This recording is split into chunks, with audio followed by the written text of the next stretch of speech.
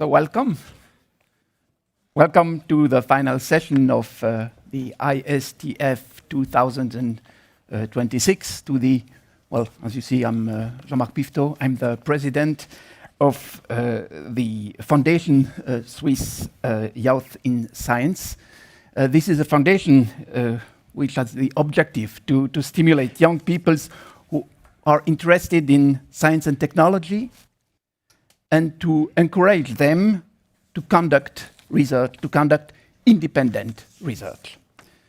We organize every year a national contest here in Switzerland with about 400 young people, as well as several STEM study weeks. And last but not least, we are organizing every year the International Swiss Talent Forum, the 15th today, and ISTF for short, ISTF 2026 has the topic water, Elixir of Life.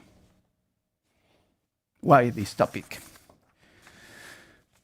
The use of natural resources is one of the major challenges we face today. And if there is one resource, if there is one that we must pay particular attention to, this is water. Water, source of life. Water, fundamental to our economy. Water that brings people together, but also can divide them. Water as a subject of research and innovation. Water management is a complex issue. And it is an essential issue for our society. And that's the reason why we decided that the topic of ISTF 2026 will be water, elixir of life. Every year, ISTF brings together talented young people from different countries. These people are sharing their passion for science and technology. Dear participants, just being selected to take part in ISTF is already a personal achievement, and I congratulate you on that. However, remember that having talent means accepting responsibility and committing to a sustainable society.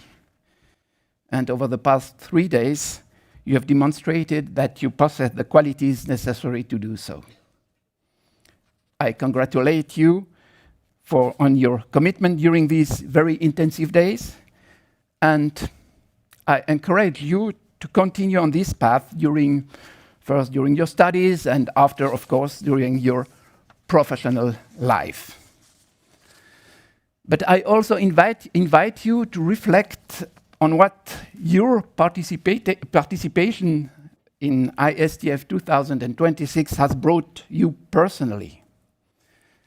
And I'm certain that this reflection will confirm that having talent, and you all have it, having talent also requires maintaining a certain modesty and knowing its own limits.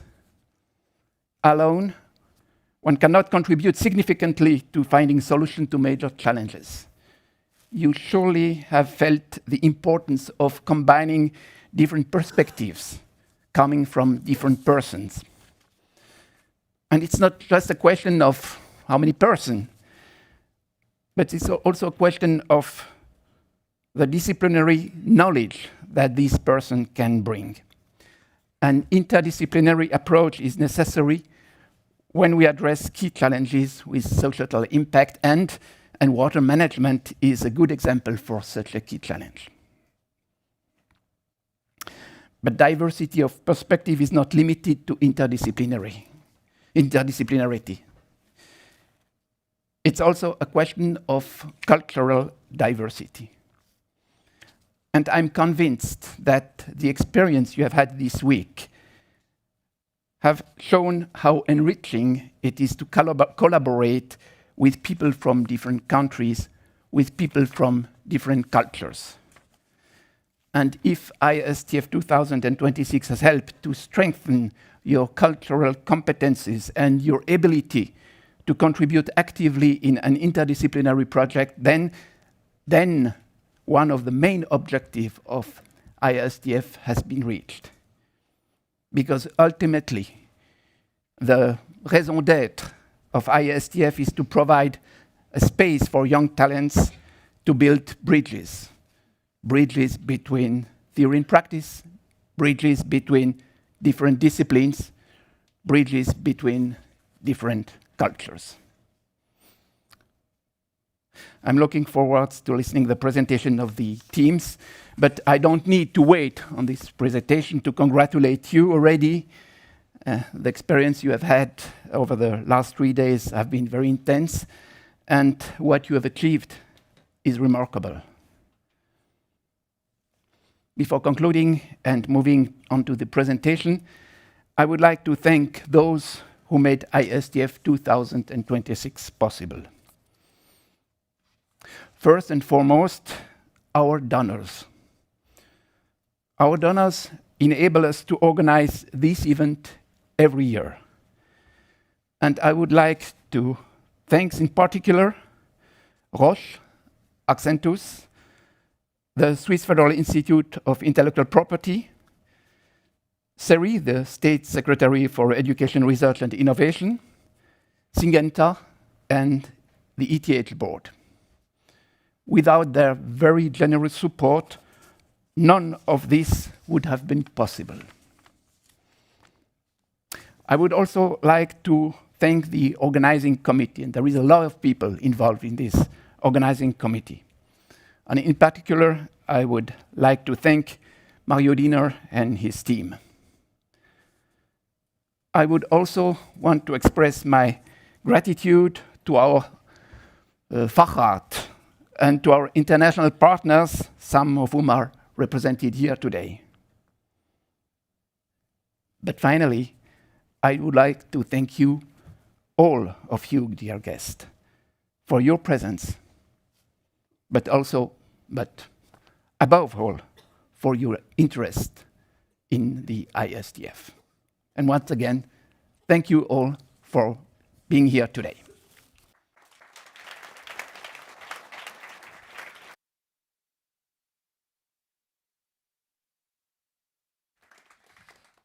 Thank you, dear Jean-Marc, for your welcome speech, and welcome everybody. I also want to welcome our partners who may join via our live stream that we have for the first time in ISTF history today. What a week, right? 70 participants, 26 languages, 5 continents, 5 challenges, 10 groups, and one topic that connects us all: water. Dear participants, you have spent an intensive week here in Montpellier. You made lemons fly, you built spaghetti towers, you connected in team building formats and around the pool table. And of course, you have spent long hours working on your challenges with your team. I now want to introduce to you Susi Fuchs, coach of this year's ISTF. She will tell you how far the participants have come since last Tuesday when they arrived here. And she will introduce to you the ISTF innovation journey. Susi, I welcome you on stage.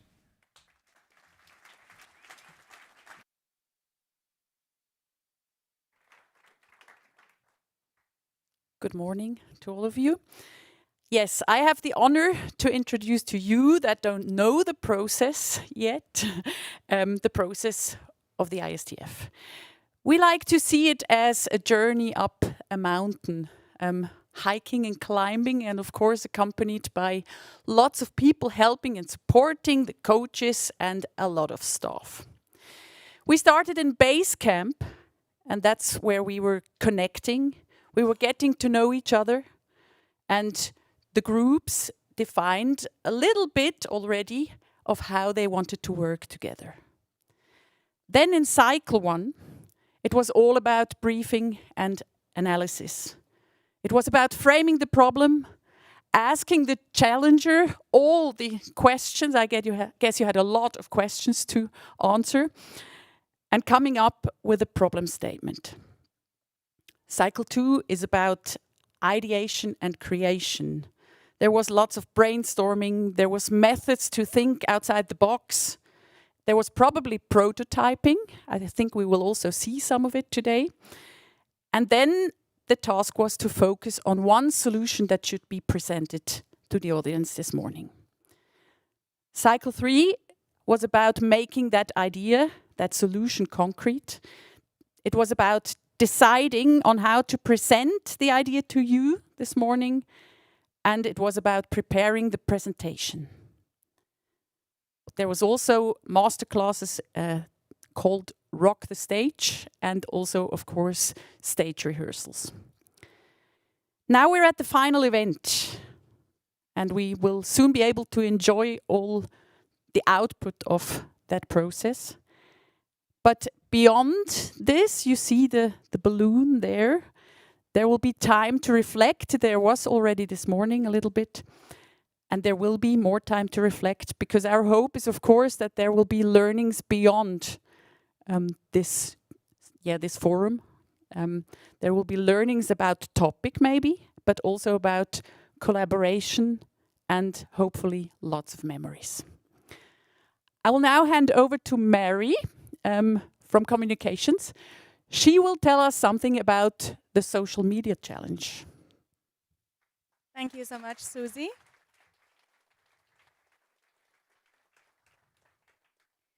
Dear guests, dear young minds, this week was all about fun, friendship, and challenges. And now I would like to reveal our winners of the social media challenge, so-called Take a Dip in the Lake of Murten. You know, I got that when I rehearsed this, I said mountain twice. Okay, so again, take a dip in the Lake of Murten. Please come on stage. Rufus and Kaden, and a warm applause to you.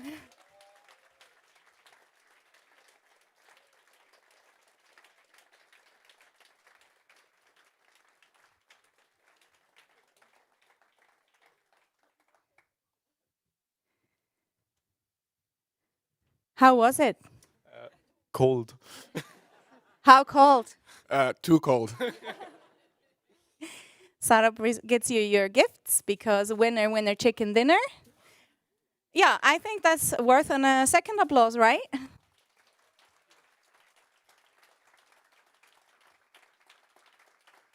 Well done. Thank you. Well done.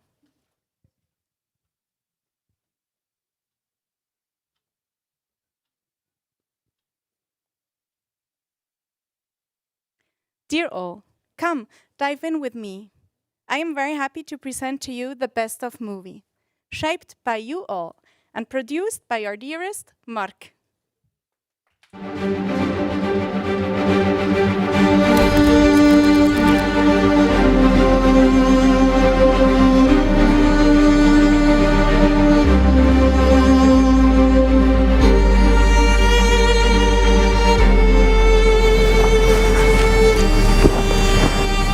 We still have the same water on Earth as the dinosaurs drank. So it really connects us through different generations, but also across cultures, across borders.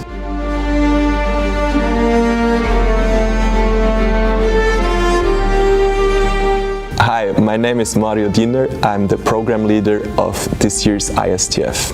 The ISTF is a very unique format that we have here in Switzerland. It's about bringing together young people from all over the world and to let them think about urgent challenges we face today as a society.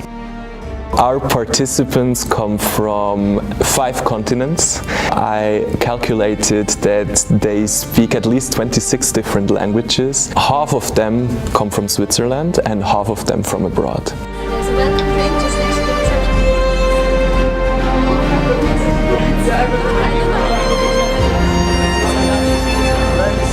The central theme for this year's ISTF is Water, Elixir of Life. Water as an element is increasingly under pressure because of different reasons, because of climate change, because of pollution. We have billions of people still lacking access to clean water. The participants will work together in small teams and develop new solutions. Good morning, everyone, and welcome to the opening of the 15th International Swiss Talent Forum. Dear participants, you arrived from every corner of the world. For some, the journey took not even 1 hour. For others, it took up to 40 hours of traveling just to be with us here today in this room. Please welcome on stage Ernst Bromais. The first day is really about settling in, about getting to know each other, about building a team spirit.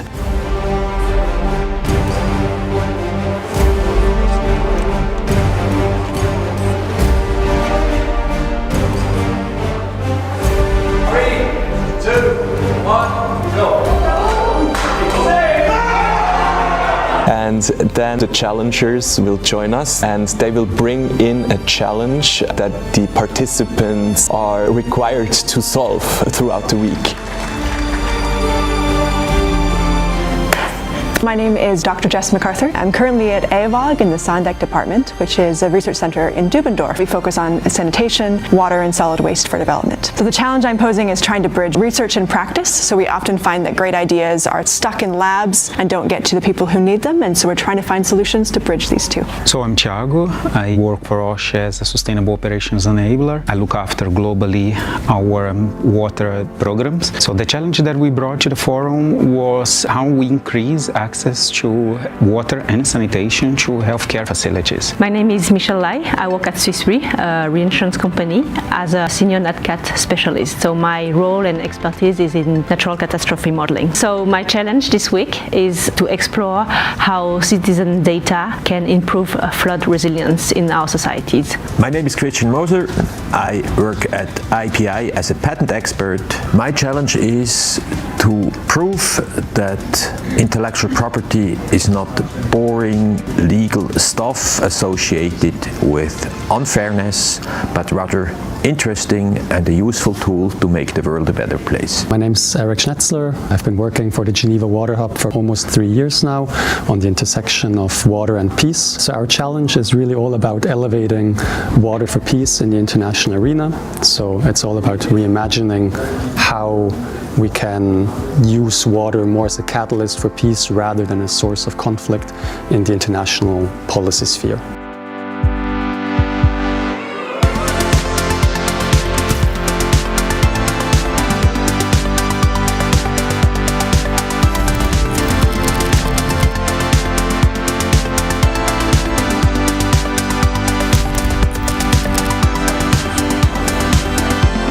So our challenge in 3 words, I guess it would be, it's tough.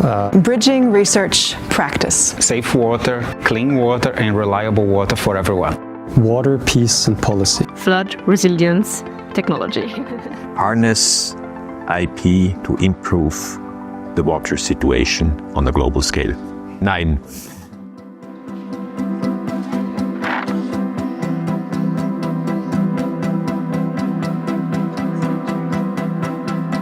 Com'è stata per te la settimana dell'ISTF?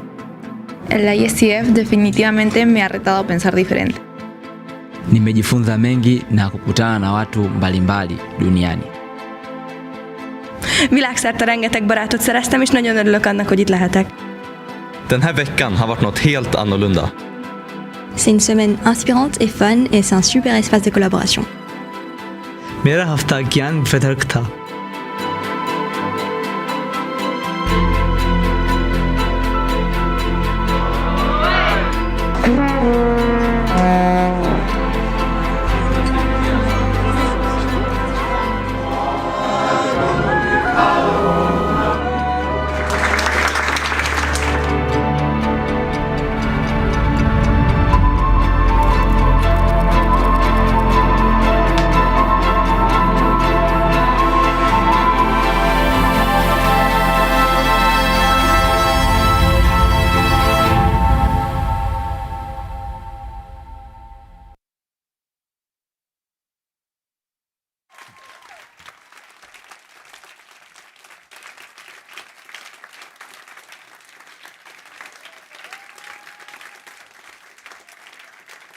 Thank you.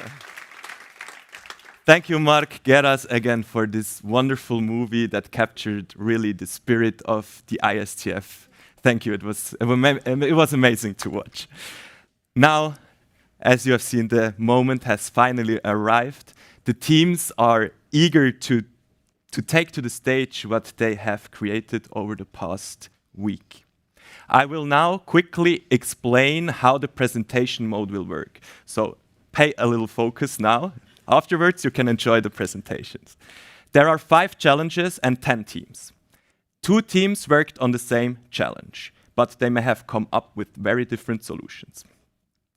We will start with challenge 1, and I will invite the challenger to come up to the stage and outline the challenge briefly to you.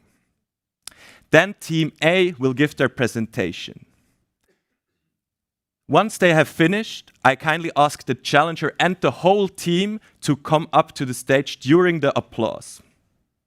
First, they receive a feedback from their challenger, and then you, dear audience, have the opportunity to ask 2 questions to the team. After Mishu, our photographer, has taken a team picture, team A can go off stage, and the challenger invites the presenters of team B to the stage. The same procedure will then apply for team B. So I think let's give it a try, right? For the first challenge, please welcome with a warm applause Dr. Jess MacArthur.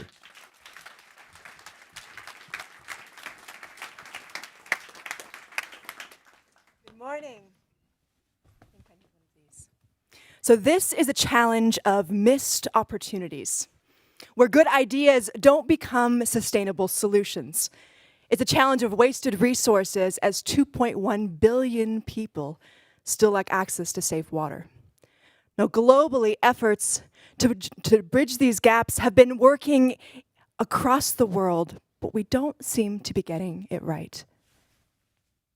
You see, efforts to improve these services with local governments and NGOs are often relying on short-term projects, where funders support organizations to deliver services and build capacity. Yet, again, this approach falls short. Innovation doesn't translate to practice. Around the world, many water innovators in laboratories, research centers, master's student projects, PhD student projects, they get stuck in the workspaces. These innovations stop in the testing phase. And many communities supported by local organizations are searching for good concepts to support and refine their own ideas, but they don't know where to look. Where can we find better ideas? And where can those better ideas get to communities who need it the most? 2 quick examples. Hand pumps are the main source of drinking and cooking water across the world, and particularly in parts of rural Africa. Yet after installing these hand pumps, often they fail. They might rust, they might break, or there's not repair services available in the community. Some solutions are known in labs, but those somehow just don't get to the people who are installing these pumps. Another example, water filters. We know how to filter water, and at the house and community level, we know that this is really important, but for some reason, these ideas are just stuck in master's student theses and in conference presentations and don't necessarily trickle down and trickle up to communities who need them. So the challenge is simple and yet extremely complex. Identify and critically reflect on solutions to bridge innovation and practice in the water sector and around the world. So I'd now like to invite our first two group members. I'd like to invite Yasmin and Lucas to come and present their solution. Come on up.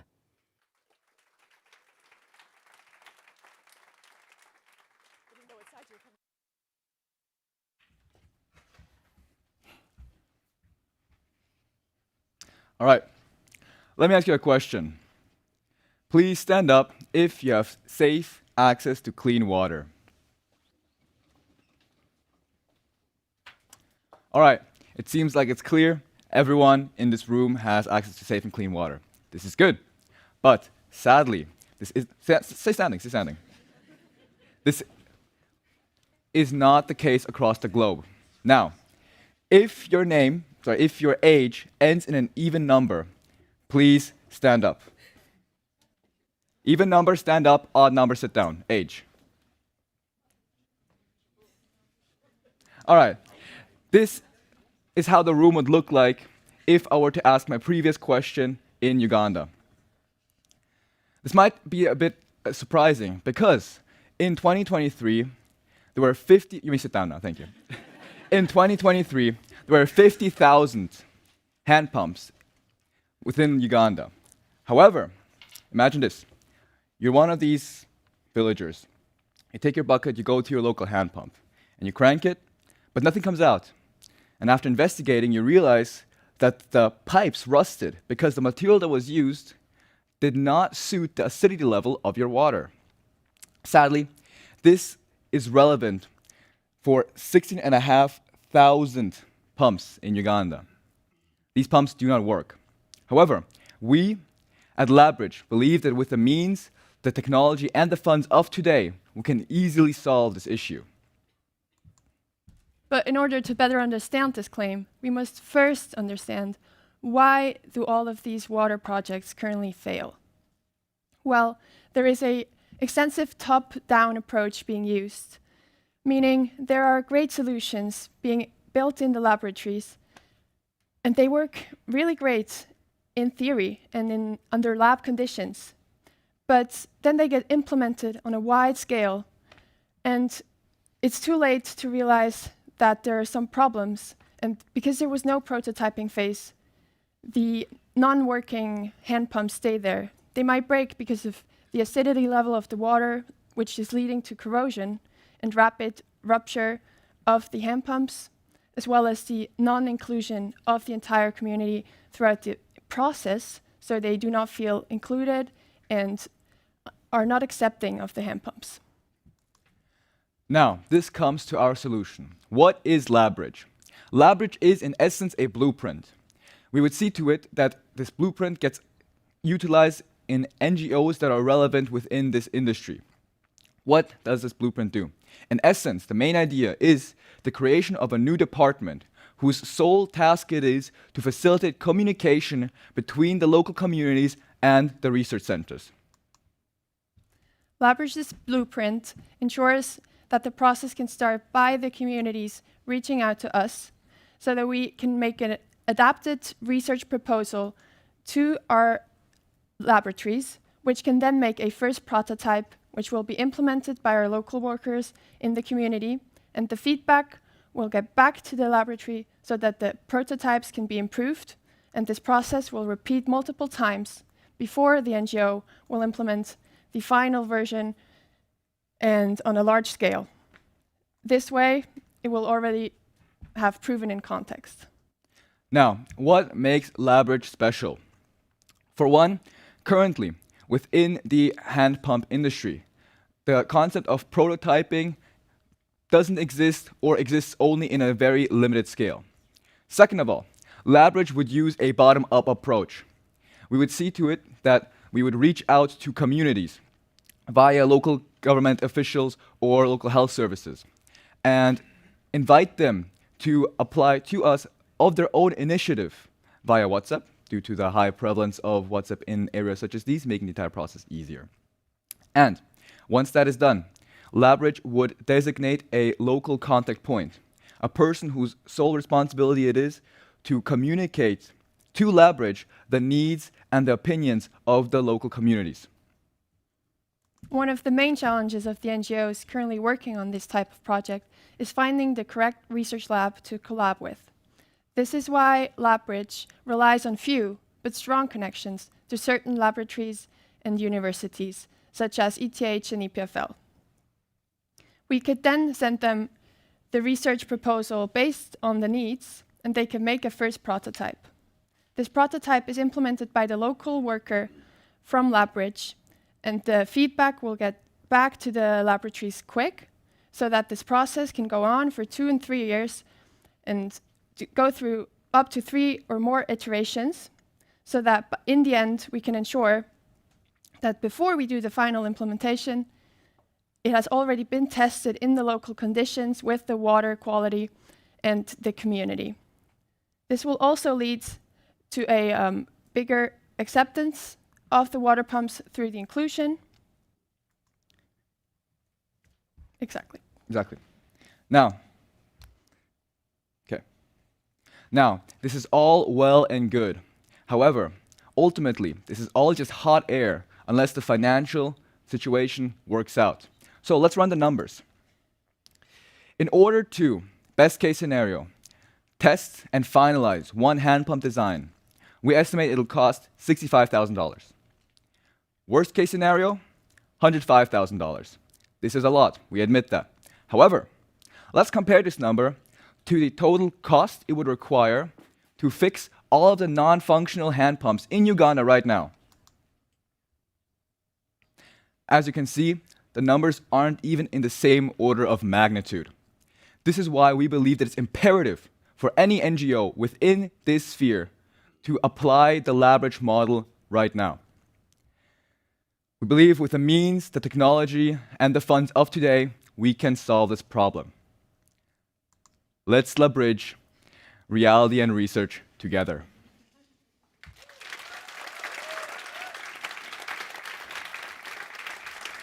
Their team members to come on up.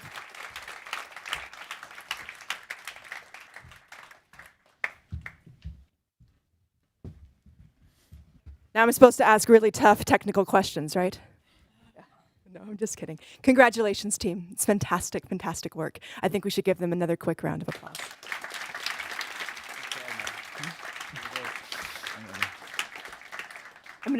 I'm supposed to provide some basic feedback, but I think you guys have done a great job of bridging, and I think your model is really innovative, and I think it's really cool how you see the connections between NGOs who are working on these challenges, but also a space for innovation and creativity. So really fantastic job. I have one quick question, whoever wants to take it. Why do we think this corrosion just keeps happening? Just an easy one.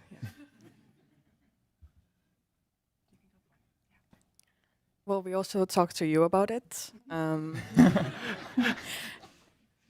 I think one thing that came out was that the people the people who work on these projects don't really have the motivation to change anything about it. So it's usually about just installing the water pumps. And it's like a really happy moment. Yeah, we have the water pumps, but no one really monitors the situation later on to see if they actually work. And then, you can't really find out, right? Thank you. I'd like to invite now 2 questions from the audience. Questions from the audience. Any? Yes. Okay, we've got one here in the front. Yeah, absolutely. There's a mic coming towards you. Okay. Ooh, big one. Yeah. Okay. Hello, team, and congratulations. I think I come from Peru, and there is also a water problem there, and I was also thinking about this kind of idea, but I think that if something like that works in the end, it should be like an entrepreneurship. So it should be like this LawBridge should makes. Where does LawBridge get its money from, and do you have thought about a business model already, or do you think that would be necessary to have a business model to make LawBridge work?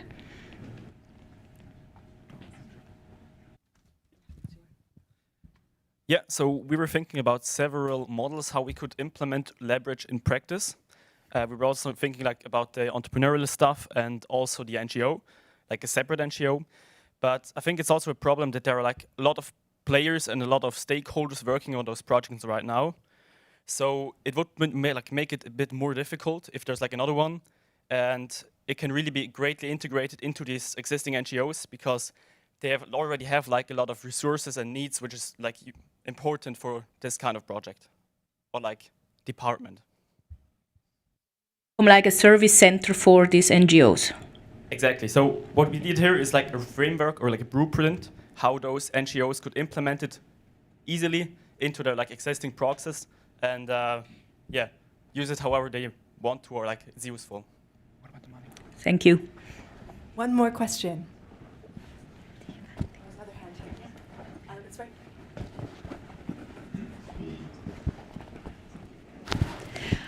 So firstly, great presentation. Loved it. So today we're talking about water, but I'm actually quite inspired by your approach.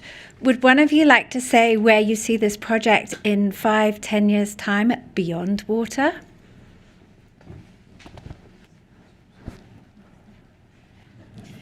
And I know you haven't rehearsed I know you were not expecting this question, but I think that your project is so interesting and it's got so many opportunities beyond Uganda, beyond water, and I'd just like to hear your thoughts on it. I think it goes way beyond water in the way that it's more about that we have these communities that lack a lot of basic human rights, right? Not just water, a lot of other things. And I think our approach here was really to try and not have this bottom-down approach where people who have these, what's the word? privileges and try and fix something in other countries.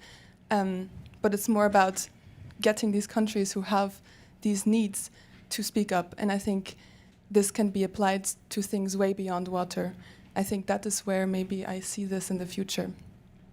But maybe someone wants to add as well. Yeah. That's good. That's great. I think the point where it focuses on Uganda or with the water pumps is just to make the problem more graspable. But probably one of the strengths of such a blueprint is that it's really universal. Actually, it's really easy to use it for different things as well. So in many places, maybe. Wonderful. Well, thank you so much, team. Another round of applause for the team.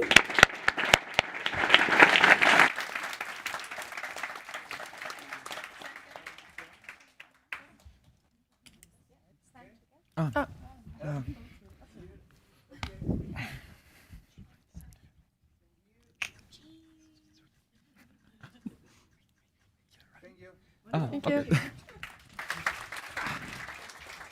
And I'd like to invite our next group. I'm going to invite Annabelle and Arthur to come up and share their experience as well.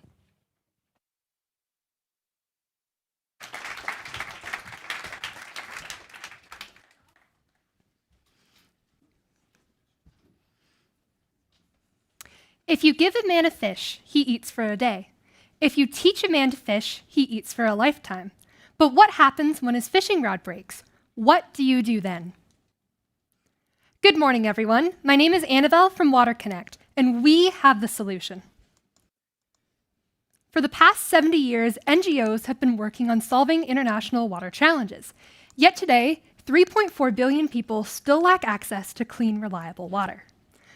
We believe that there are motivated innovators and citizens in these water challenge communities that want to design and create solutions for their communities to solve these challenges. Currently, in the NGO spaces, they are not preparing people for what to do when their fishing rods break. And given current changing political and economic systems, there is a chance that current NGO models will not be viable or sustainable in the future. One of the most pressing challenges that come forward during this NGO process, especially in the water space, is communication barriers, specifically between funders, scientists, innovators, the community themselves, local government authorities, and the NGO themselves. Oftentimes, scientists don't quite know the full scale or all the full details of the problems that they're trying to solve. And this often leads to their solutions not quite being scalable or implementable in these communities. And to make matters worse, often members of these affected communities don't have the ability to directly communicate with the scientists. Another issue in this system can also be seen through education challenges. And so oftentimes the NGOs might not provide the perfect amount of training or continuous training for the solutions and technology that are brought into these systems. And so both of these struggles in this space lead to often the global north imposing solutions on the global south that only work in the short term and do not sustain the communities in the long term, which lead to communities having still continued lack of water access. Thus, a community-centered solution is needed. And so we created Water Connect to be able to create a bridge between communities, resources, and those in academia and innovation spaces. Well, my name's Arthur, and I'm from Water Connect, and I'm going to tell you a little story about Melissa. Melissa is from Brazil. She's a nurse and she sees a lot of suffering every day. And a lot of that suffering is caused by the fact that there is a lack of water and uncontaminated water in her local community. She has a solution, however, she doesn't have a way to realize it and bring it to life. That's where we, Water Connect, come in. First, we reach out to Melissa and we get to know her initial problems. Then we connect with our local affiliates and they come and meet Melissa, get all the specificities, all the details about the problem, and they write a full document and they deliver the report to us. Next, we have all the problems and we just analyze them and we reach out to the best environmental scientists in the world, which will further work on original Melissa's ideas and look for very good potential solutions. Meanwhile, Melissa is coached by our educational professionals, and she is coached in 3 main subjects: business, economics, and management. So, after a few months, the scientists show us the solutions. And once we have the solutions, we provide them directly to Melissa. Not only do we provide the solutions, we also provide the blueprints. Let it be a water pump or a water filter, we give everything to Melissa. And finally, we provide her with some money and also give her contacts to the suppliers of raw materials, both local and international. So now she's allowed to begin her business and start helping her community. So in the long run, we expect her business to grow and become self-sufficient and self-sustainable. So she is basically helping her community. So our model is basically locals start their own businesses and help other locals. So this basically eliminates all the paradigms that might be brought in by the global north. Absolutely. So here at Water Connect, our solution allows us to work with local communities, designing solutions for locals to solve local issues. And by providing education and coaching resources to founders like Melissa, and more importantly, by sharing our servers and innovative databases with them so they have access to vital scientific research, technology, materials, resources, all while avoiding vast, expensive paywalls, our system currently innovates and exceeds far more than current solutions existing on the market and in the NGO spaces. More importantly, with the way our system works, we also hope to grow our startups so strongly that they become fully independent so they can sustain water treatment within their own communities. Thus, through our system, we hope to empower and lift local voices to solve local issues. We are Water Connect, and we will accelerate our startups so steep that we become obsolete. Thank you.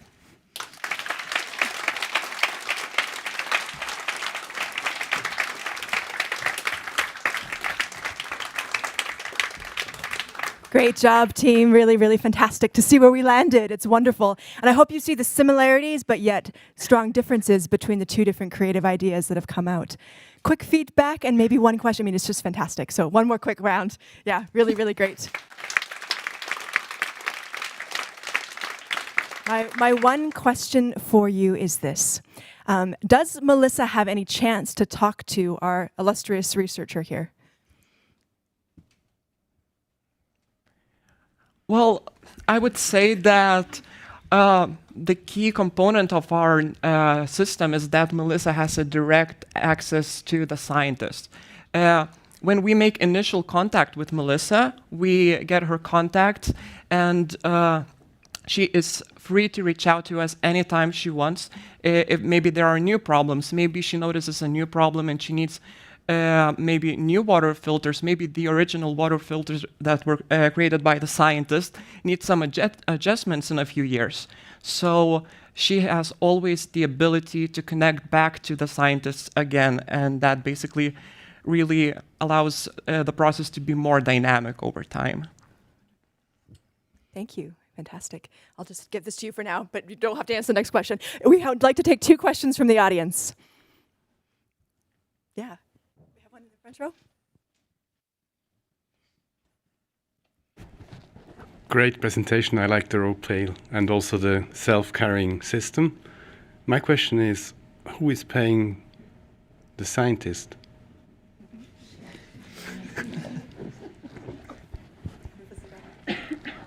So right now we see a lot of funding going into this research, but we don't see it applied in the field. And what we hope is that we don't need a lot of money relying on current NGO funding models while they still exist. And in that time frame, we hope to accelerate that far that our founders will be able to self-sustain further research, especially because once we establish production, we will also certainly have, or our founders will also certainly have R&D capabilities locally. Okay. And I think we also talked about we're not following a traditional NGO model. We might actually not even be an NGO. We might be a social enterprise, which we can take capital from venture capitalists and actually potentially also make a profit from what we're doing, and through that we can finance what we need. One more quick question. Ooh, no brave souls. All right, then we'll do it. Yeah. Sorry, but I like the project. So I'm wondering how Melissa knows you.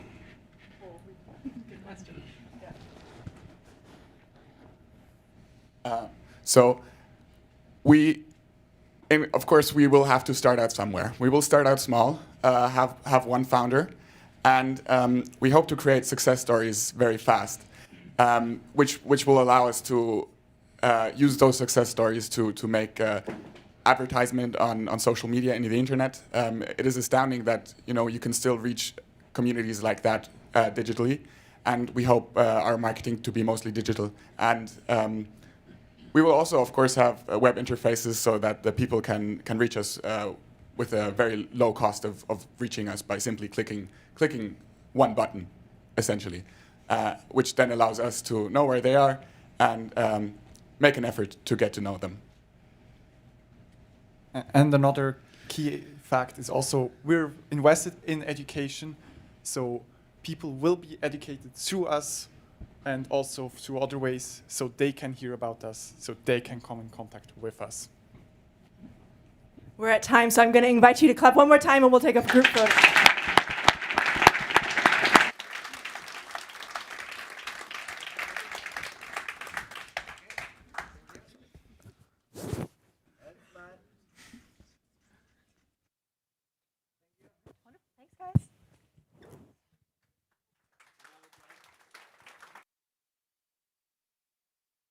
Stay with me for a moment. I'm ready to get off the stage.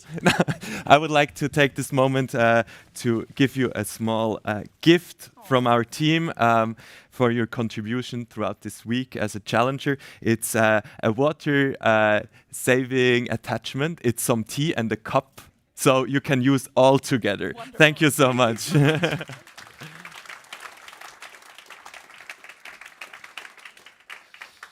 So now, let's continue, and please welcome on stage for Challenge 2, Tiago Zaguini and Dr. Roland Zurbrück. Thank you so much. Oh, and in case you are wondering who is catching over there, this is Andre Sandman from Pika, and you can see all the solutions sketched there afterwards in the open space. And now, Tiago and Roland, thank you so much for joining us on stage. Wow, I guess we start very well, very. Can you hear me well? Yeah, wow, very good presentation, the two groups before. Now we are going to talk about the second challenger. Before we start, would you like just to give some kind of refreshment? So you could see in the first presentation how water is complex. So water flows everywhere. When it's too much is a problem. When it's not too much is also a problem. So people struggle with different areas. It's quality, it's quantity, it's availability. So it's a very complex topic, and I'm glad that the organization decided for this topic this year. So we need more people talking about the topic. And at the beginning, in the opening presentation, we could see that we were saying that we are carrying this burden for a long time, how to make water available to everyone. So, and then we said, we'd like to be here during this week to share this burden with you. And in the first day when we did the debrief with the team, we could see that everyone understood the topic. Everyone was like, we needed to find a solution. We are gonna show our topic, but you could see in those two initial groups how was like the engagement. So be prepared for what is coming. So we, as a health company, Roche as a health company, we work every day to make sure that our patients receive diagnostics, treatment, and cure. So it's our everyday work is to make sure that the patients are it's our main client, it's our main focus of our life. So, but imagine a patient going to a healthcare and they don't have the basics, it's water. So the nurse, as Melissa we could see here today, so doesn't have a way to work. She knows what to do, the resources are there, maybe the medicine, but they don't have water to clean the hand. So what to do? The challenge today for us is how we increase the access to safe and clean water in the healthcare facilities around the world. So Roland is going to give more details. Yeah, I mean, there has been considerable effort and amount of work being invested in this challenge by the global society, by NGOs, by government organizations, and particularly also by the World Health Organization. So there's information around, and there's also been some roadblocks that have been identified. So lack of funding is one of them, data availability. We have the problem of staff and training, maintenance of system, as we've already seen this morning, and also the risks of climate change. And based on that, we equipped the participants with some levers that where they could actually tackle, or what they could tackle the challenge with. And they were around infrastructure, they were around workforce, training, they were around monitoring and data, and partnerships and financing. And I'm really curious to learn now what came out of the work of these 3 days. We were looking for goals that are scalable, that are adaptable, projects, and that was the goal of our challenge. So with that, I would like to invite the first group presenting, and I like to invite Kara and Georg to come on stage. Thank you.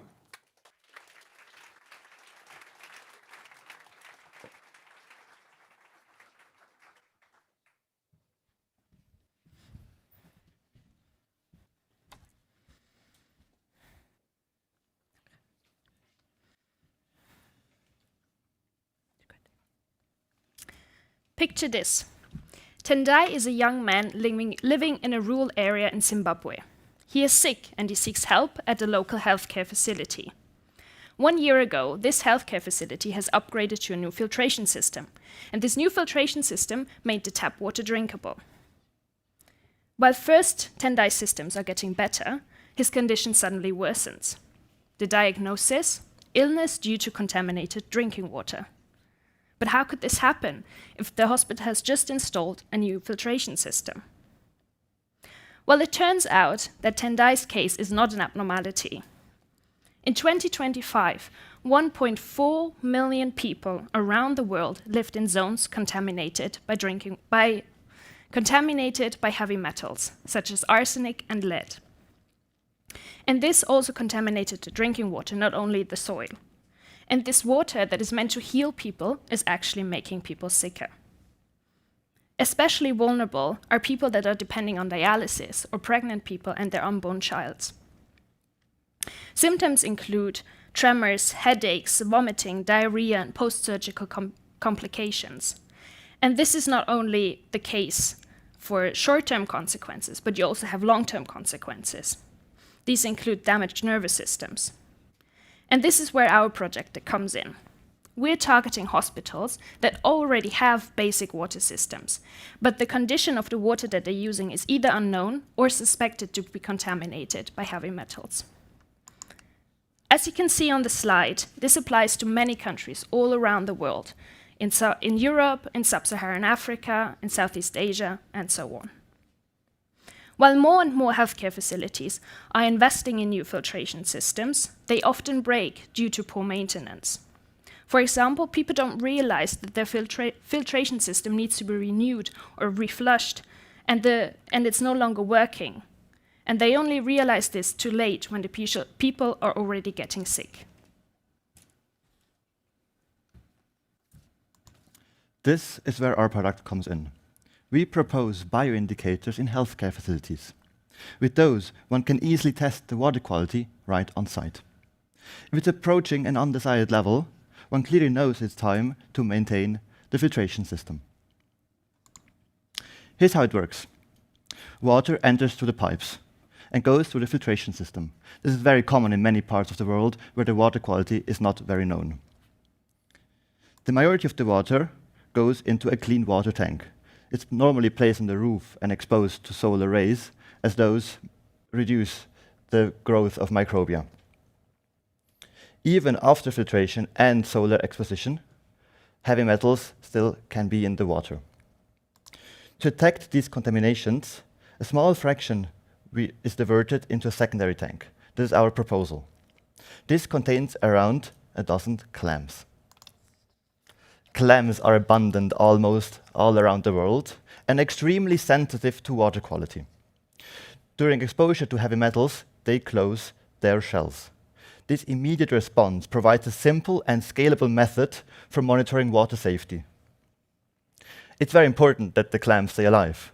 They need a steady current of water and some food. Of course, they have other properties that mimic natural environments, but those are the basic needs. Biological monitors have been successfully implemented in Poland and other European countries. They require only a small tank and locally sourced clams, so the costs remain relatively low. After passing through a tank, the water can be either used as grey water for toilets or being reused into the filtration system. Implementing this system allows low-income countries with basic water services to move from limited to advanced services.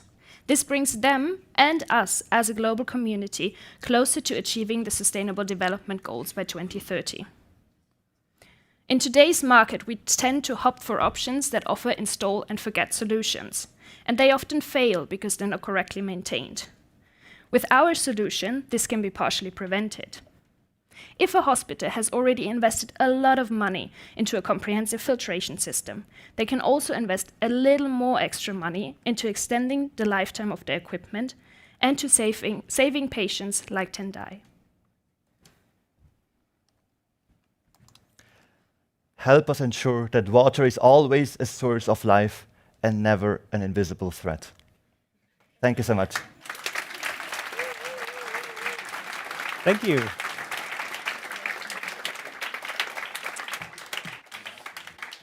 Great, thanks a lot. I'd like to welcome also the rest of the team on stage.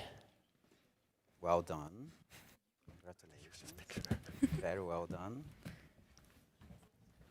Wow, yeah, let's give them another round of applause to the entire team. Thanks a lot.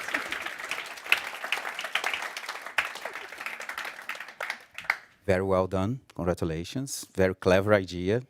Very, very, very clever. Any questions? Yeah, I have a comment and a question. I really like this thinking or this concept of bioindicators. It's not a new concept, but the application is really nicely worked out with the clams. So congratulations on that. And my question is around the heavy metals. So how would clams, according to what you said, they're reacting to heavy metal pollution? To what else do they react, or what other applications could be there? Clams are also a bioaccumulator, so in case we imagine a hospital in a rural region where there are no experts which could detect the infection directly, but there are many undefined cases of death or infection, an UN ambassador, for example, could go there and collect some of the clams in the aquarium, so they keep constant track of the infections and microbes in the water supply of the hospital, and could be a measure to take immediate action in case of such problems. And Thank you. Thank you very much. I also would have a question. You mentioned that the investment is not that big. Would you be able to estimate how big is that? Yeah, so clams are locally sourced because, well, they have to be ready for the water that's coming in, so they're local. But it's a very bare bones system, since for the most bare bones system, we have only like a tank and pipes, one in, one out. So the cost estimate for like the tank and the pipes is negligible. It's like if you choose a good tank, there would be like 25 euros for the tank system. Obviously, then you'd have to locally source the clams, which depends on the region, and also, well, the cost of labor. You have to install the system. So I suppose regarding the cost of labor, we weren't able to estimate that, but the system is pretty bare bones. As I mentioned, clams, aquarium, some sort of aquarium, and pipes in and out, and if you want to be fancy, you can also give them extra food, so they're well fed. Good. Thank you. Thank you. So let's open up the round of questions to the public. Yes, please. First question. So clams are fairly fancy things. Any risk of false positives? They might close for other reasons than heavy metals. The whole hospital might go haywire. Oh my God, we got a problem. It's not a problem. The water was too warm or God knows what. Any thoughts about that? So they have a day-night rhythm. So at night it can't be monitored that well. But for other environmental factors such as temperature, they're quite robust. For example, with the temperature, it can vary between 20 and 30 degrees depending on the species. The acidity is also between 6 and 8, roughly, and some can also withstand salinity quite well. So that should not be too much of a problem.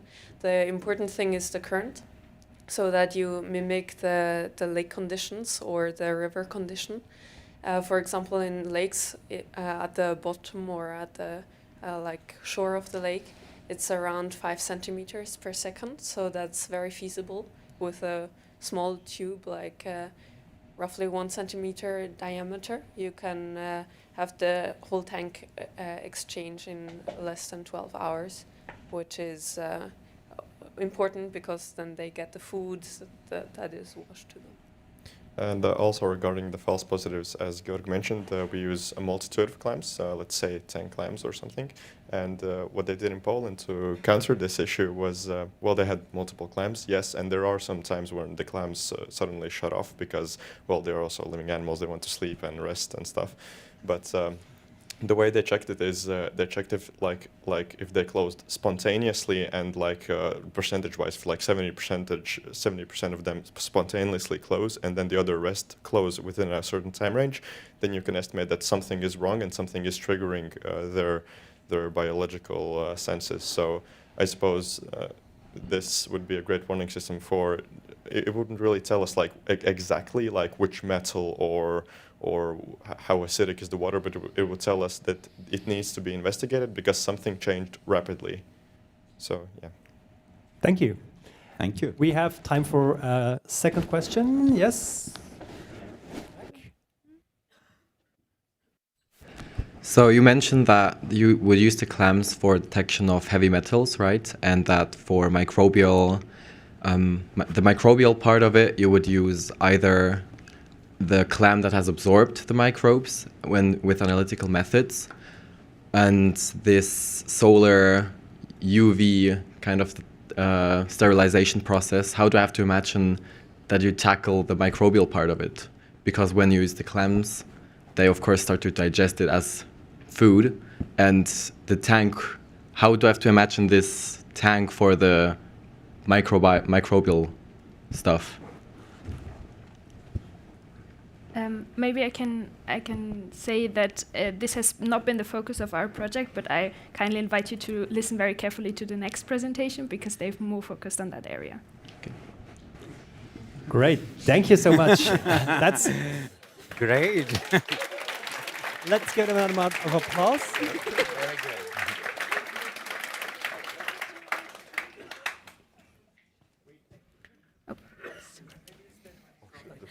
Yes, if not here.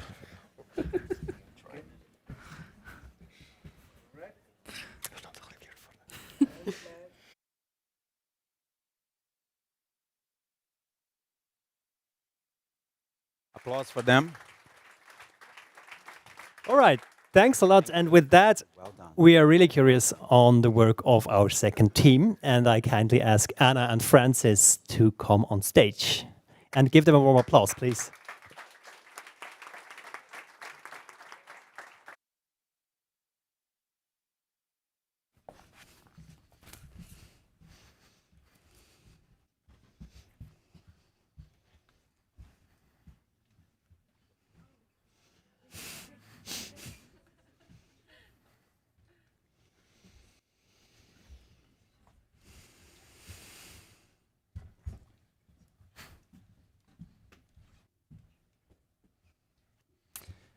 Imagine a surgeon mid-operation. The lights are hot, the team is focused, and the child's life is on the table. And then the water stops.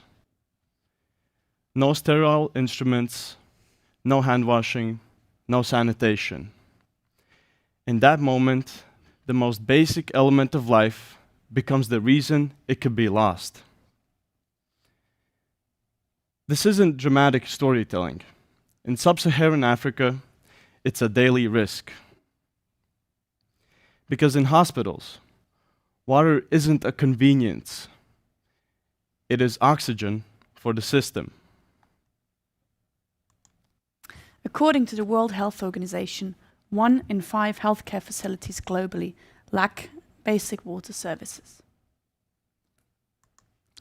50% of all facilities in sub-Saharan Africa don't have continuous access to clean water. But if that is not enough, let's look further into the stats. 857 million people yearly get treated in healthcare facilities without access to safe water. Well, let us think in. This is more than the whole population of Europe. But why? Well, there are many reasons. Some of them are unreliable boreholes, failing municipal infrastructure, electricity shortages, increasing droughts due to climate change and contaminated water.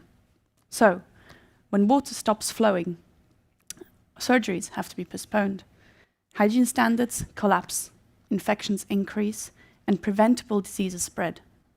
So, we asked ourselves, how can we redesign water storage systems for hospitals and LDCs in order to guarantee the constant access to clean water? Because a hospital without water is actually not a hospital, it's a building full of risk. But imagine if it wouldn't have to be. What if a hospital could collect, store, and filter its own water? What if the system became truly resilient? That's exactly where our idea comes in. Let me give you an example. So, let's imagine we have a hospital in the Democratic Republic of Congo.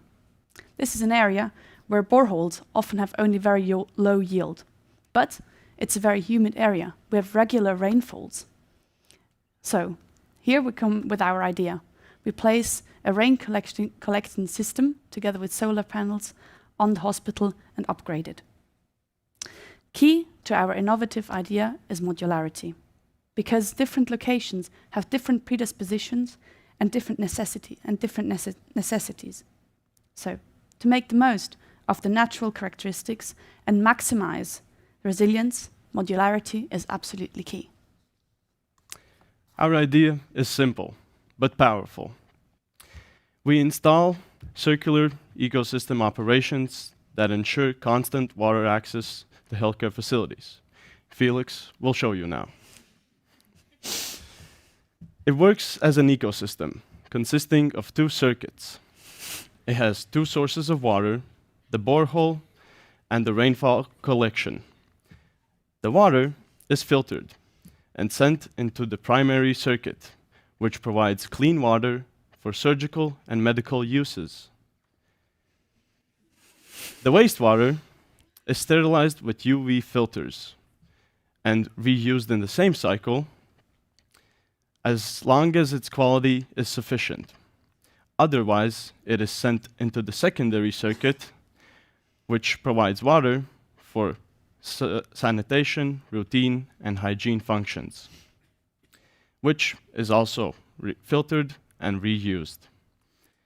The solar panels, which function as the rainwater collectors, provide power for the pumps and the filters in the system. Thank you, Felix. And as a result of our system, it ensures healthcare facilities can get constant access to water. And with constant water access, surgeries continue without interruption, sanitation standards are maintained, infection rates drop, healthcare workers are protected, and patients receive safe treatment. This isn't just infrastructure, it is prevention. Because our ecosystem uses rainwater and solar energy, it is sustainable, climate resilient, and long-term cost efficient. But now you might wonder, why? Why does this matter, and why now? Well, with the ongoing climate change, water volatility is continuously increasing. As we all know, the need for healthcare is also rising, and resilience is no longer optional, it's absolutely essential. It's true, we cannot stop every single disease, and we cannot prevent every single emergency, but we can make sure that the water keeps flowing. In the beginning, we ask you to imagine a surgeon standing over a patient, and then the tap runs dry. Now, imagine something different. The surgeon reaches for the tap, and the water runs every time. Because healthcare should never depend on luck. Healthcare should never run dry. And with the right system in place, it won't. Thank you.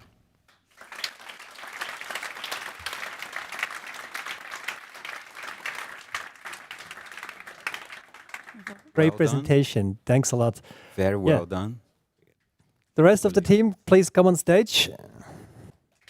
And also here, please give them a warm applause for the great performance and also for the construction work. Can you move a bit? Comments, questions from you? Yeah, first of all, thanks a lot for and congratulations for the storytelling and the great presentation. I think was really nicely illustrated what the challenge is and how the solution tackles the challenge. So that was really nicely done. And also congratulations on the thinking of resilience, because that's often something which is not considered. And only a resilient system can be successful. Absolutely. We remember when we spoke during the problem statement that your focus was in resilience, in keep the supply, even if they need to start, like they need to have the water, the liquid, like the physical water. My point, I have a question. So, did you identify about your solution was very much modular? This is, I guess, the differentiation of your solution, modular systems. Did you identify which one is the easiest, is the cheapest, is the most effective? Did you have a kind of not a rank, but a kind of guessing which one is the more efficient and impactful? Thank you. Actually, I think it will depend a lot of which country, which places. The best interest of the modularity system is that each country has some resources. Each place has some power or something. Places has less funding, places have more funding and more power.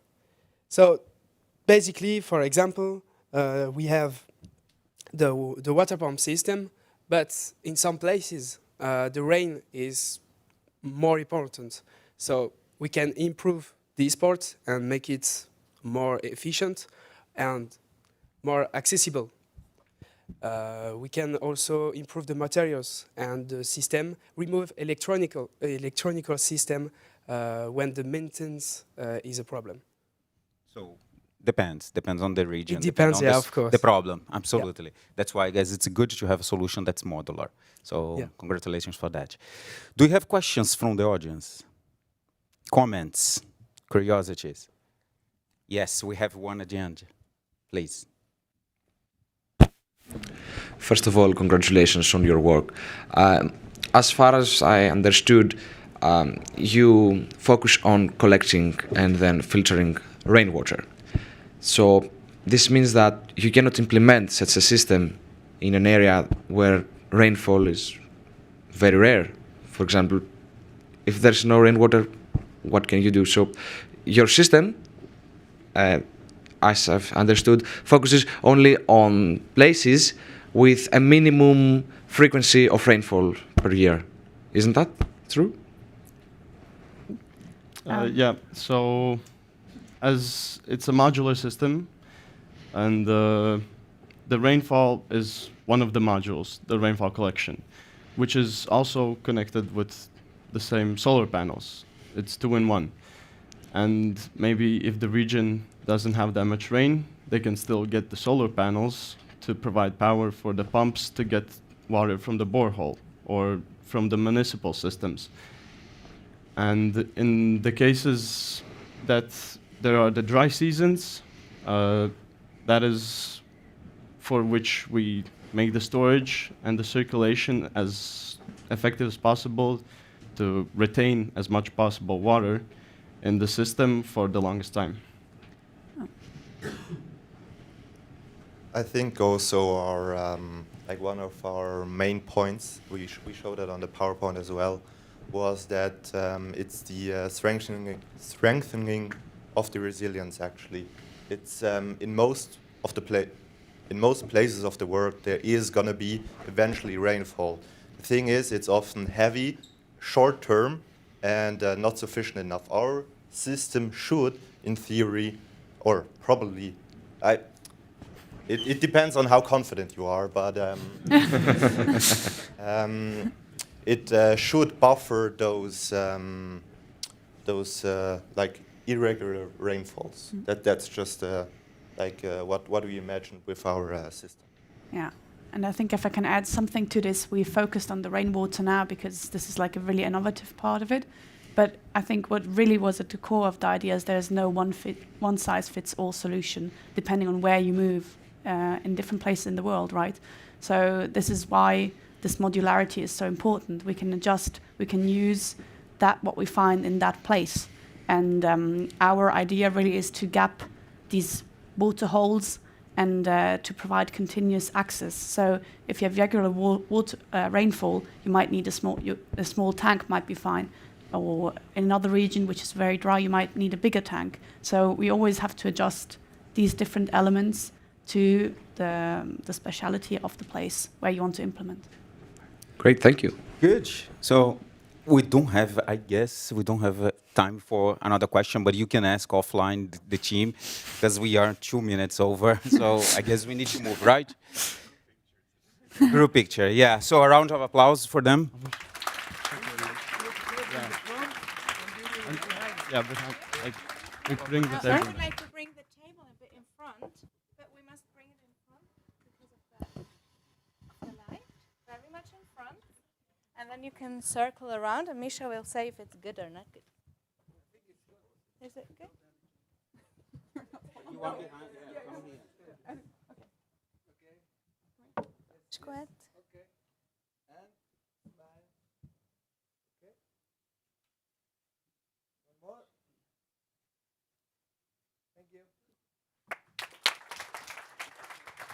Thank you so. Thank you also, dear Thiago and Roland, for your valuable contribution throughout this week. It was a pleasure to have you at ISTF. Thank you so much.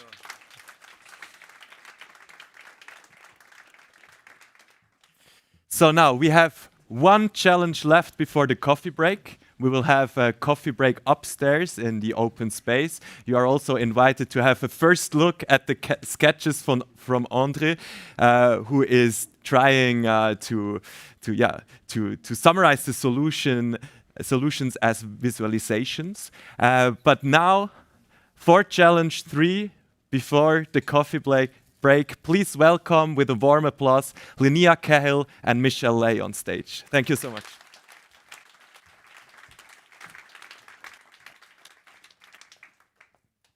Thank you all. Water is the elixir of life, but water can cause also large disasters and death. So this week, we challenge our students to think about flood resilience. Flood resilience is a cycle of mitigation, response, preparedness, and recovery. Yes, preparedness needs predictions, which require high quality observation data. And recovery typically is managed through insurance in our societies. But for both, large gaps exist. So to fill these gaps, we challenged our participants to think of how citizen science can collect high quality data and how to reimagine the insurance sphere in order to come up with concrete solutions to their problem. Specifically, we wanted them to think about some concrete scenarios, so we also asked them to refine their challenge into perhaps a specific type of flood or a specific region, or even to really focus on a specific phase of the resilience cycle. So I would like to welcome the first group, Rian, Julia, and Benjamin, to come up and present.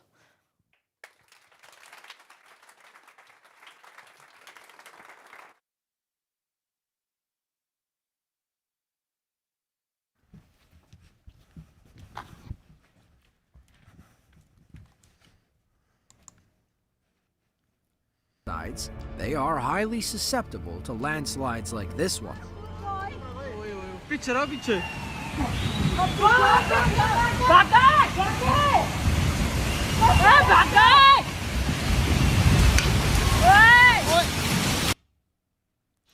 Unexpected, rapid, and dangerous. These are flash floods. Now, I invite you to imagine another time with us. You could just go with your life. You're enjoying yourself.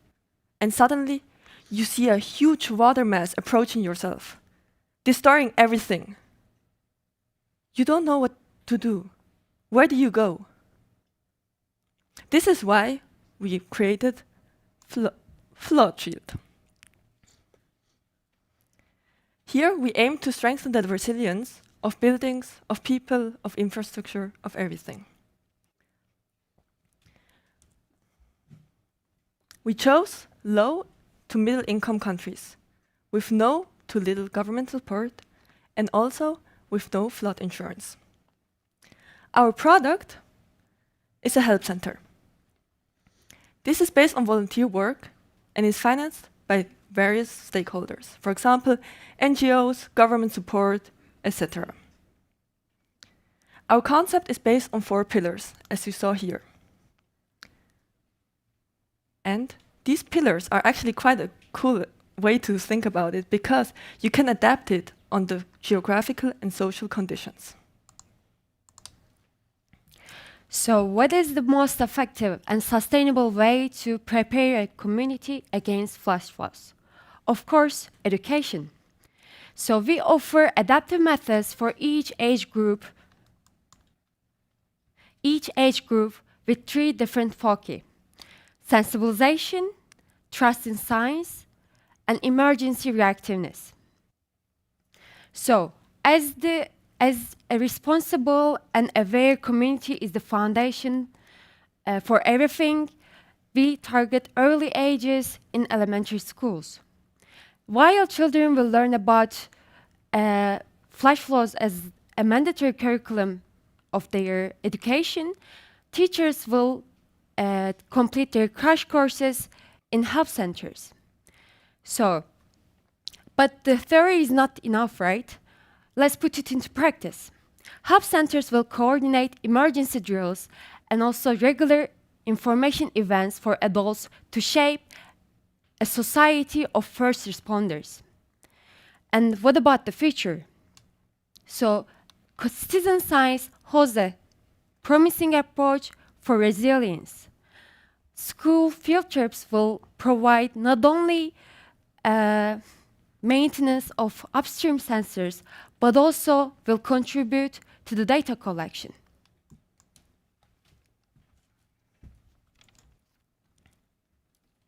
Let's talk about sensors. We have focused on a project which could be really easily implemented. It has a very easy solution to expect flash floods. For example, we could just measure upstream if a flash flood occurs and then warn people downstream. Sounds easy in practice, but as an engineer, you always ask yourself, how do you implement something like that?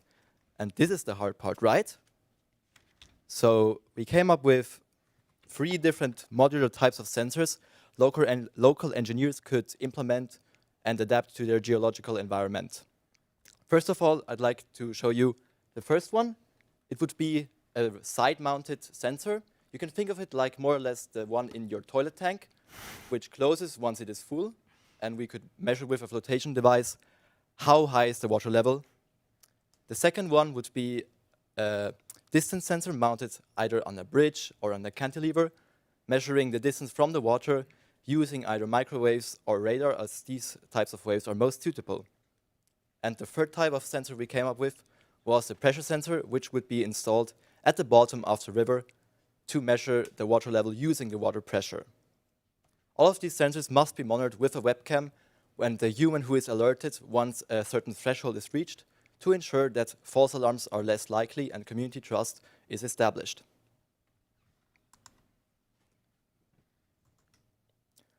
What happens if there is a flash flood occurring? We need a way to alert people and to inform them of the emergency. There are like 2 main systems we thought about.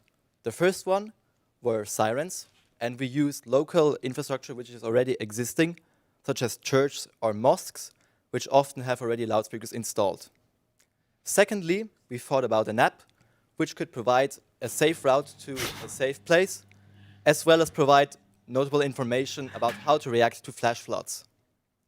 Lastly, as we've already mentioned, or many people already have mentioned in this room, a system is only as good as it is reliable. So we thought about how can we make a system as most reliable as possible using the least amount of stuff. That's why we thought about cutting it off the power grid and just using solar power. Once the power grid is cut off, it can still continue to function. Also, we used lead-acid batteries because those batteries are very easy to replace and maintain, especially in low-cost and middle-income communities. But now let's look at how can we actually prevent flash floods from causing even more damage. Thanks. So our last pillar is actually the infrastructure. Here we aim to prevent large damages and also to protect people. So as I said in the introduction a little bit, we can modify everything through like how much money is available and how much resources are available. So you see here like these little Lego bricks. This actually showcase like how much resources we need for it. So with the most cheap option, or like the most easiest to implement option, we actually have like the policy, don't cut trees down. Pretty simple. Then we go to the a little bit more expensive but still accessible measures. The operation relief, restricted development zone, flood risk alert areas, and also emergency evacuation routes. These routes redirect the people to emergency shelters where there is actually a flood-safe area. And these emergency shelters are one of our more expensive measures. Another expensive measure is the Rapid Flood Defense System, which is inspired by nature, by the beaver. So we were thinking, if we have with natural material a dam and reinforce this with like a debris catchment mesh or something like this, they could be actually really effective because nature is the best inspiration. So to conclude, help centers are built on simplicity, easy to adapt, easy to implement. No matter what are the social conditions or the geography are, we can always use them. We use local people, we involve local resources, we don't need to reinvent the wheel. That is how we will build the real sustainability. So at the end, reality is we can't stop the floods, but together we can stop the disasters.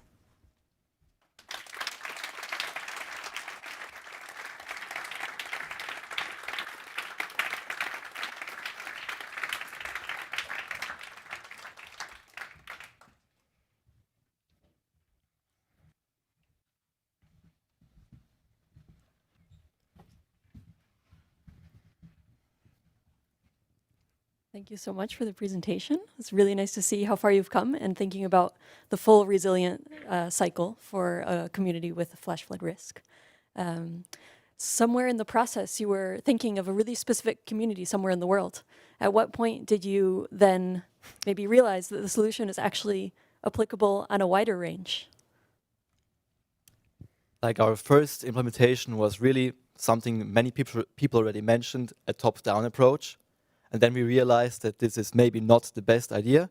So we focused first on a case study, like specifically the southern Himalaya region, because this is a very flash flood prone region. And then we tried to see what can we actually implement there, what are the resources available. And then we tried to meet like our top-down approach and our bottom-up approach in the middle, and more or less figure out what is really feasible and what isn't. That's how we came up with our solution. Congratulations, again, also from my side. I really like the multi-pillar approach of your solution. And my question is more like, how would you deploy your concept, like in different societies? I think it was on the illustration, but we didn't have time to like explain it in detail. But the original idea was to implement it into like firemen or like a police station, like a local emergency centers, like as a subunit or like that local authorities are involved. And then over time that this kind of center becomes independent if there is a need. Thank you. Now we can open it up to questions from the audience.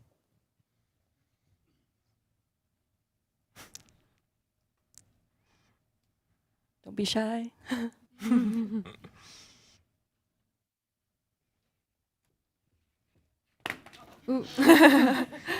Spilled a cup of water today, so we shouldn't be throwing things at me. No, it's all good. My question is, would this work for any other types of climatic events like earthquakes or other programs? Yeah. Yeah. So we thought that the most effective type of flood is flash flood because it causes a lot more damage than normal flood. So our product would also help other types of flood as well as probably landslide because a big force of water also causes landslide as well. That's why we have also like debris catchment fences as well with dams. So in case the water comes and we have fences around the mountain so it can catch the debris. So water can be as well as slowed down, but also debris would not hit people as well, so it'd be like less damage. Another question? Over there.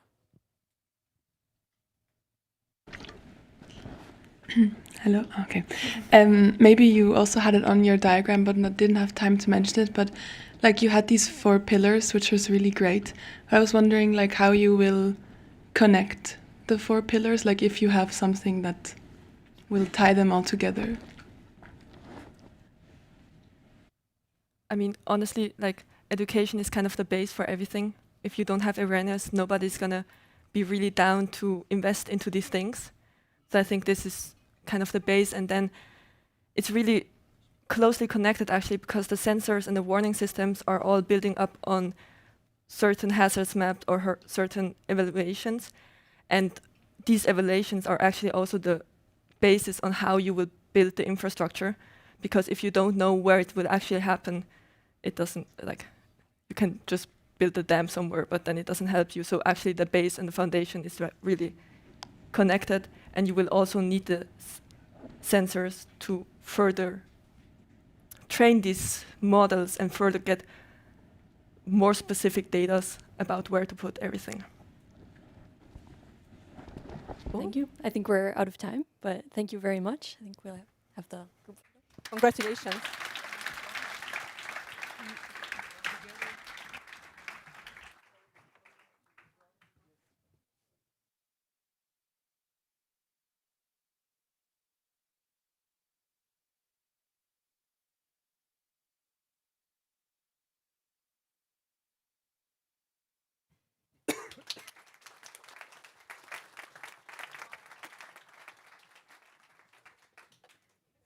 Thank you very much, and really good job again. For the second presentation, we'd like to welcome Lilan and Louis for their pitch.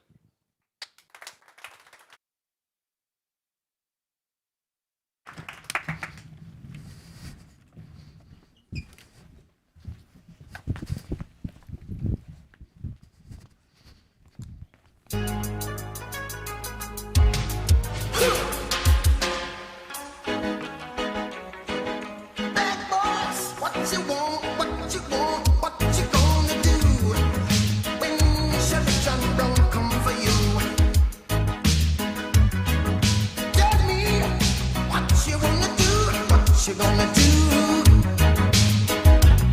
Yeah. Bad boys, what you gonna do? What you gonna do when they come? Quick, cheap, and highly visible. This is what we want in order to save lives from in the future. You may have heard that 89% of global population that live in flood-prone areas live in developing countries where over 600 where they are recognized ineffective alert system and no timely communication, and therefore we thought of using citizen data to develop a system that is highly accessible and has an evacuation system. Our case study was the Rio de Janeiro favelas, where in Brazil, where over 600,000 homes are at high risk of severe flooding, and where they are with severe flooding and with $6.6 billion in damages over a 5-year period. However, contrary to popular belief, over 90% of people have a mobile phone, which is why we concluded to have a mobile-based solution. So our solution is QR codes. Using just a spray can and a stencil, we create high-visibility QR codes that will guide citizens to safety in case of a flooding event. In dense urban areas, such as the favelas of Rio de Janeiro, there are usually no standardized safe zones or evacuation routes. As we've shown before, these codes work on any wall, even in the favelas. Using our system and the help of local authorities, we will be able to guide citizens into safety using a system that does not fall into the pitfalls of app-based or education-based solutions. We will identify safe zones using coarse-grained elevation maps and verified local sources from historically unaffected areas. We will also implement an algorithm that will let us divide the favelas into different areas and assign different safe zones to each one of them to guarantee that there are no stampedes and optimized evacuation routes. Now I will ask the audience to pause for a moment and imagine that suddenly a flash flood is imminent here in Morton. And people are scared, they don't know what to do, they're running in circle. Yeah, and so are we here, just paralyzed with fear and confusion. We just don't know what to do, which is until, after a little bit of reflection, we see this QR code, and we think, out of reflex, we just scan it. And what we see is that it shows us the nearest safe location to us. It's simple. I scan it, and then I know where to go, what to do. So current flood forecasting models use data-heavy approaches which completely fall apart when there is no huge amount of data that has been collected. So a knee-jerk solution to this would be just installing a vast network of sensors. However, this is non-trivial, especially in areas like these. These networks are expensive, they require maintenance, and they're even sometimes subject to vandalism. So also live collection of citizen data is also quite unreliable as due to the qualitative nature of citizen science and also limited engagement of citizens. As for further improvements, we thought of we could begin with future-proofing, for example, RFID technology, which is NFC tags or stickers that do not require any internet connection, and as it becomes more widespread in low-cost mobile phones. Opportunities which do not rely on line of sight would open up.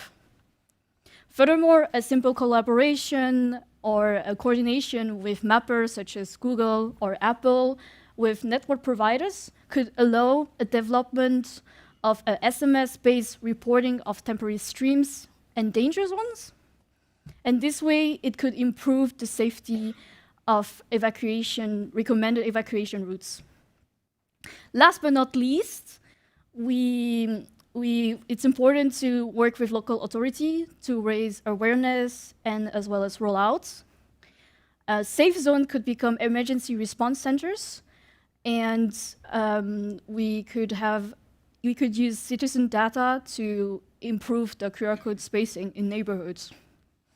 So thank you for listening, and you're invited to scan the QR code to try if it works.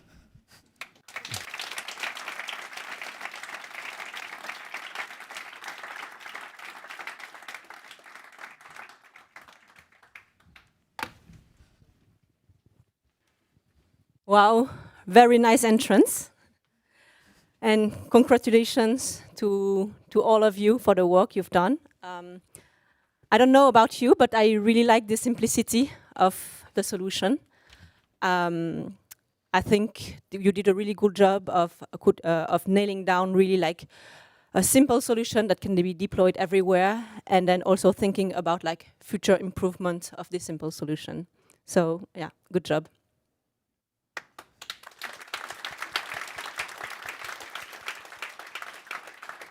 So I'm wondering, as part of the initial challenge, insurance was a big topic. And I'm wondering how you see your system interacting with flood insurance. So we, when we discussed the idea of collaborating with mapping companies and mobile network providers, that's sort of a first step in the direction of a system that allows live citizen data collection, but that's something that requires greater engagement and a more robust system than reliance on internet, because often in areas like the favelas, mobile service and internet will cut out during floods and similar events.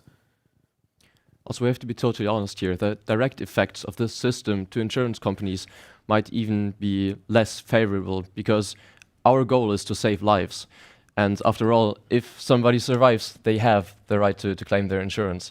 However, in the long term, this will of course improve the economy in local communities and just help citizens thrive in the area they live in. So in the long term, this will definitely also help insurance companies. And just one final point on that, the data collection we'll be doing for the spatial optimization of the QR code locations, this can be used to determine sort of more detailed census data on the areas, especially in informal settlements where there isn't really any formal data collection service. Let's open to questions. See your hands over there.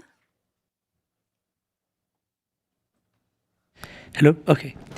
One question was in relation to what happens when the walls break down or there's infrastructure damage, making sure because of which the QR codes can be seen or they're damaged or somebody vandalized over them.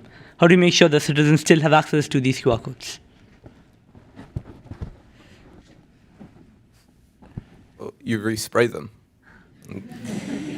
You can't spray them during floods though, can you? Well, you wait until the flood's over. The intention is that it's a quick and cheap and fast and effective way of getting evacuation plans to people that doesn't rely on trickle-down education systems, which could have gaps, and then we're talking about areas where people might be visiting and not aware of these systems, or apps where you're limited by engagement. So. Also, have you tried scanning the code? I did. Did it work? It did work. It did work, didn't it? Yeah. Yeah, but.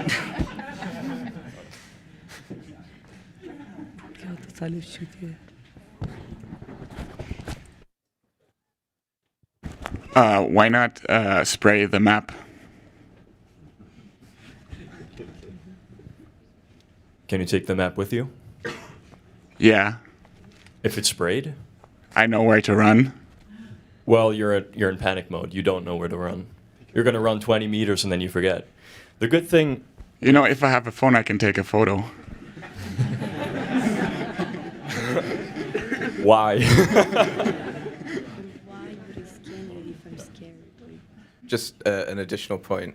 So the main reason why we decided against spraying the map is because we're talking mainly about areas like the favelas, which are informal settlements. Now, these are areas that not only see, rapid changes on an urban scale to the local area, but also have no real formal sort of street names and location guides. So it's just easier to have, an advanced pathfinding algorithm that's already been implemented by companies like Google and Apple do the work for us.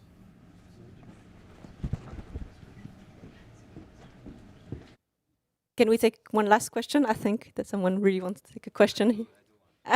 Sorry, we have someone who really wants to ask a question here. It's not even a question, it's a comment. So I come from Rio, I come from a favela, so it's exactly what you're saying. It's exactly. There is no map, there is nothing. So today there is a road here, tomorrow there is no more, and then it's easily implementable, easily, any post, any wall, you can have this. It's not just for flood, it can be for heavy rain, any other social problem. That's a very clever idea. Obviously, it's an idea, it needs to have feasibility, many different aspects going for implementation. But easy, clever, smart. People they don't have water, but maybe they have an iPhone. So sometimes, because your generation how they work. So that's amazing idea, and this is a real good solution for settlement like this. So congratulations.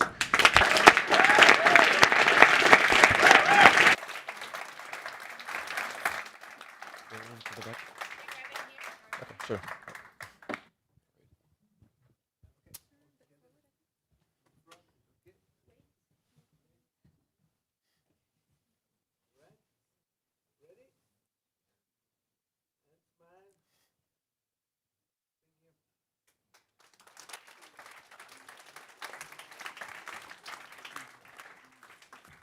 Also, for you, dear Linnea and Michelle, thank you so much for being here with us at the ISTF and for your contribution. Now, dear audience, we we'll have a coffee break upstairs. We are a little bit behind schedule. That's why we will meet here 5 minutes later at 12:20. Please be punctual and enjoy your coffee break. See you later.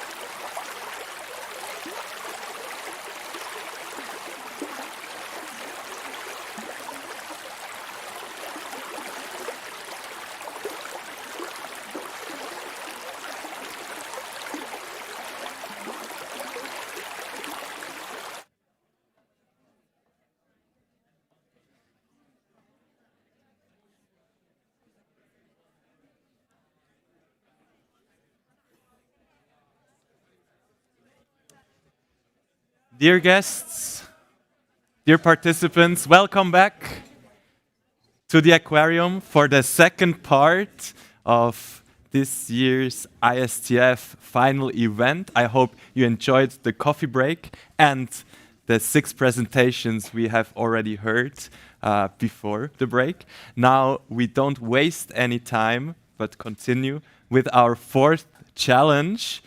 And for this, I kindly invite you to make a big round of applause for Dr. Christian Moser-Niklas. Thank you so much.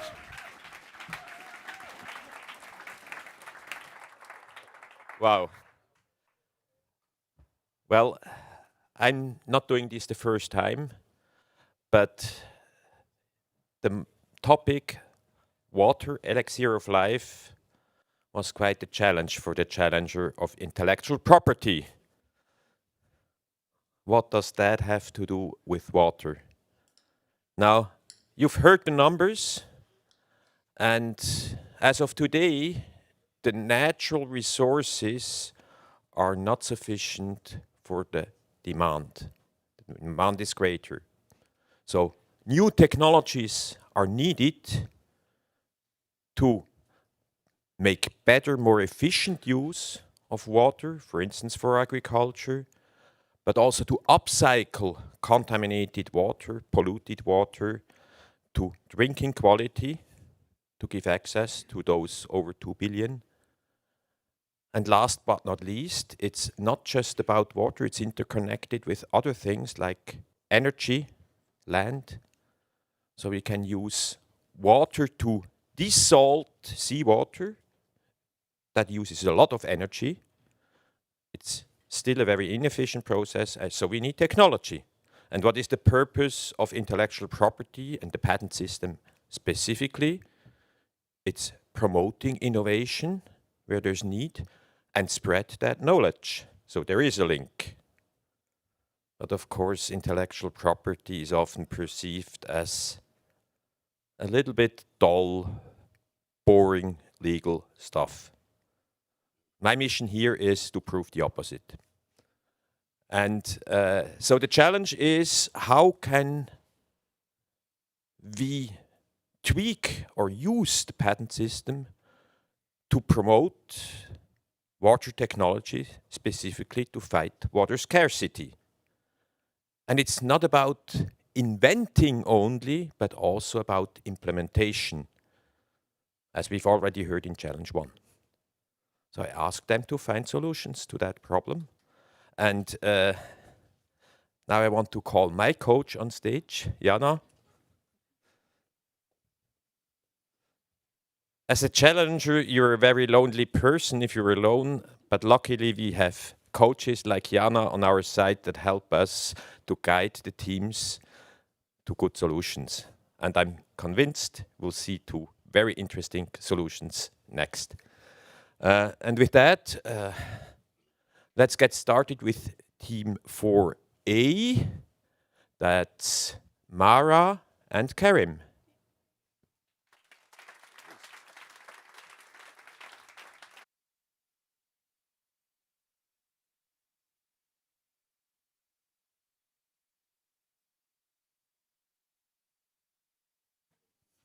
Geh nach vorne, sonst jetzt. Oder soll ich? Okay. Ich gehe schon. Ja.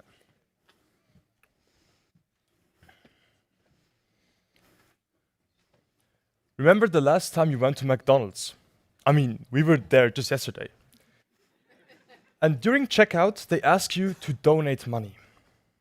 You might have done that to the Ronald McDonald charity. But did you know that the money you donated was actually just used as a tax write-off for McDonald's? As a selfless person, there might just be a better solution for you.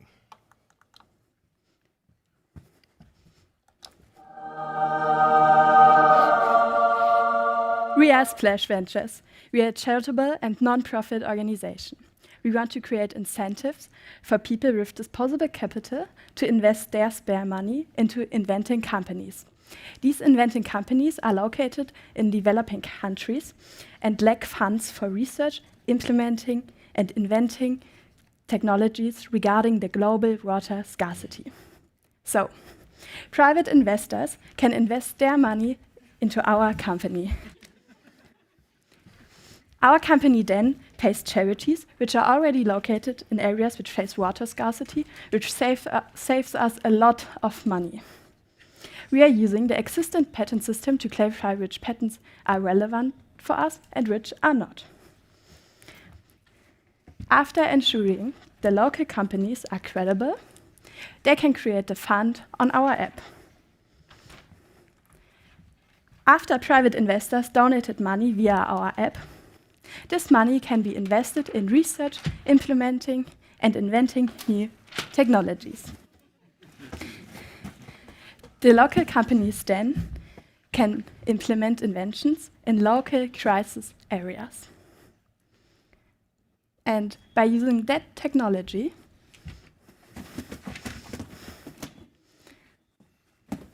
they can create clean drinking water.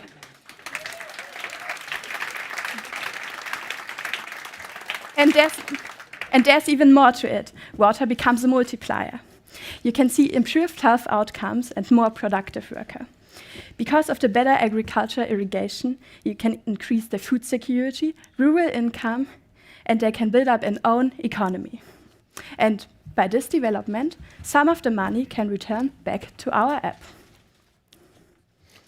Our app then provides money to the inventors and also to the investors. And to update our investors what happened to their money, we need a medium. That's where our app comes in.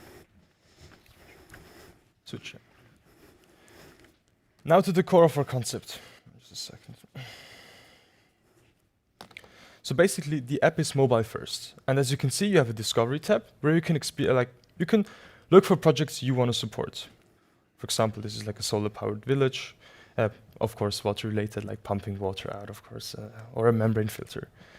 And you can see the details. You can take a look at the projects you're interested. Now you'll see a few concepts about the project. For example, like the timeline they plan this to do, how long the money will be locked, because we can't immediately remove the money from the project once it's invested, the repayment plan, and you can take a look at the images they have that the borrowers uploaded, and of course a more detailed analysis of how the funds will be used to finance this. And after all, you'll have the expected outcomes, which is why you're investing in the first place. So let's go ahead and support this project with, let's say, $60. All right, you can see the progress bar moved a little. So, in the supported tab, you can see the projects you already supported, how much total impact you had, and you can also set limits in the wallet that you don't overpay or like overspend on good things. Now, let's say a project is finished. You can read all about that in our finished tabs. We made it so you can see articles about finished projects, and it's we can open a story and take a look at it. As you can see, this project helped 1,860 people in need, and you can read all about that, like the beginnings, and see pictures of it. And in the end, there's going to be a short community note, message from the community. Now, let's say you're a borrower, right? We have a borrower portal just for you. It's web-based, and you can create a project. Like you can give it the name title, the region you're operating in, what problem you're trying to solve, and of course the capital you need, and the years of repayment, you can set them as well. And if applicable, you can also choose your patent class right here. On the right side, you can see your submitted projects and manage them. And to make life harder for scammers, like we said before, we have a verification process, which you'll just have to make an appointment with a local charity. You can select the charity right here, and select the date and time you want to do that, and you can see your pending requests for any projects. Well, our idea is to not just throw money at the problem and a short-term solution, but we kind of want to make this like a long-term thing.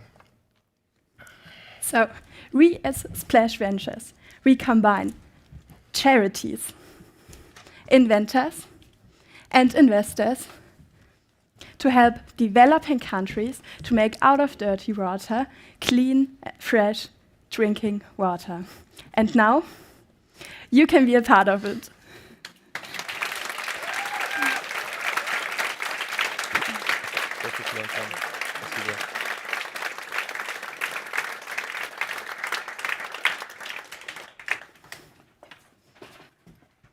I'm truly impressed.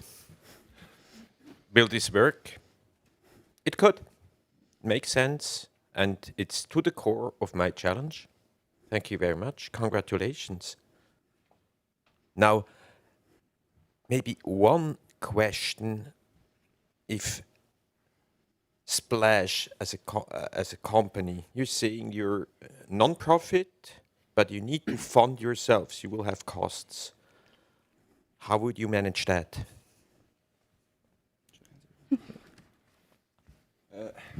The entire thoughts of the process is that we're a non-profitable organization, but with the funds from the investors, and then by investing these funds into smaller companies and inventors, we will make some profit in the end, and this profit will be used to fund the entire company, and then pay back to the investors and the other people that help the project.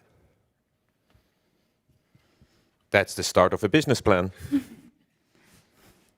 Now, questions from the audience. I'm sure there are.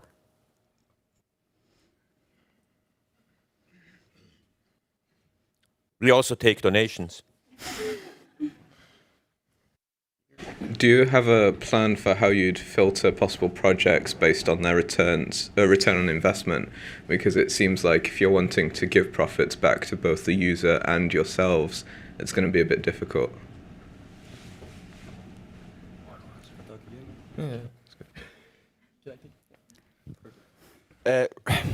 Right now, that part is work in progress, since there are many laws regarding what's called donating and what's called investing. But our thought is that to increase the incentive to donate to these charities or to donate to these companies, you would get a return on investment. But right now we can't, due to legal issues, you can't promise a rate on return. That's good. Also because our system is very personal, so the person that is investing can see what project they are investing. So in that sense, projects will filter themselves, or we hope that they would filter themselves, because people would invest more in projects that actually work and or would have a return.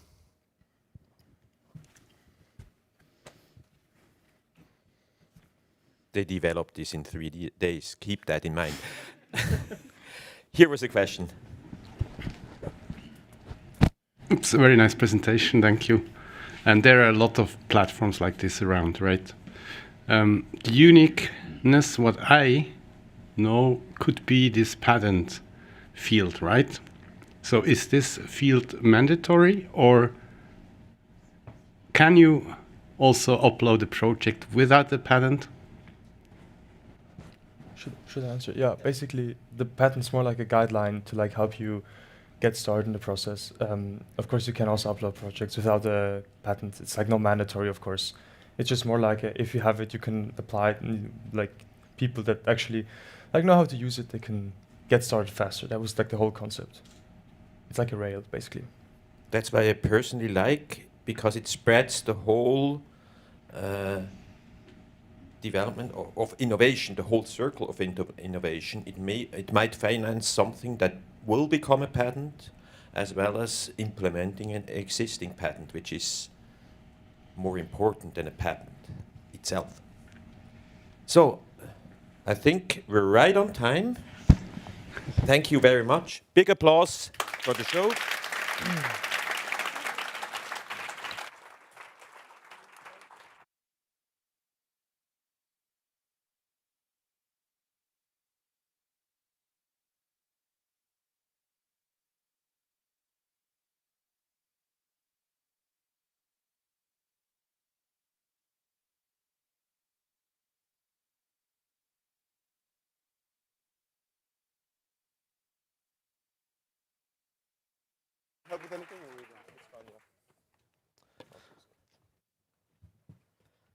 So now we come to the second team, Team 4B. That's Lisa and Ilias, and maybe some more. I should have learned more names. Warm welcome.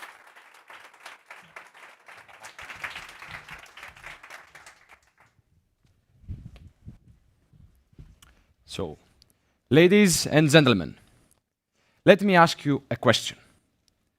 What percent of all patents in the world are related to water technologies? Okay, what do you think? 10%. Okay. 1%. Okay, good guess. Let's ask people here. Less than 1%. Also good guess. Two more guesses. 2%. Very good guess. And the last one? 2.5. Very good. Well, the answer is 1.8%. 1.8% alone is enough to understand that there is lack of innovation and investment into that field. This is Richard. Richard is a corporate investor. Unfortunately, he believes that investing in water-related technologies is, well, risky, unprofitable, and unattractive. Richard needs incentives to invest into SDG 6-related patents in order to make financial profit. So, let's all focus on this map right here. This map here depicts the density of the water-related patents across the globe. So, as you can see, this density is much higher in countries like China, the USA, Japan, or in continents like Europe. But this density is much lower in the Middle East or Africa. And this difference means that there is also lack of implementation of the already existing water technologies. This is Bob. And Bob is going to save the world.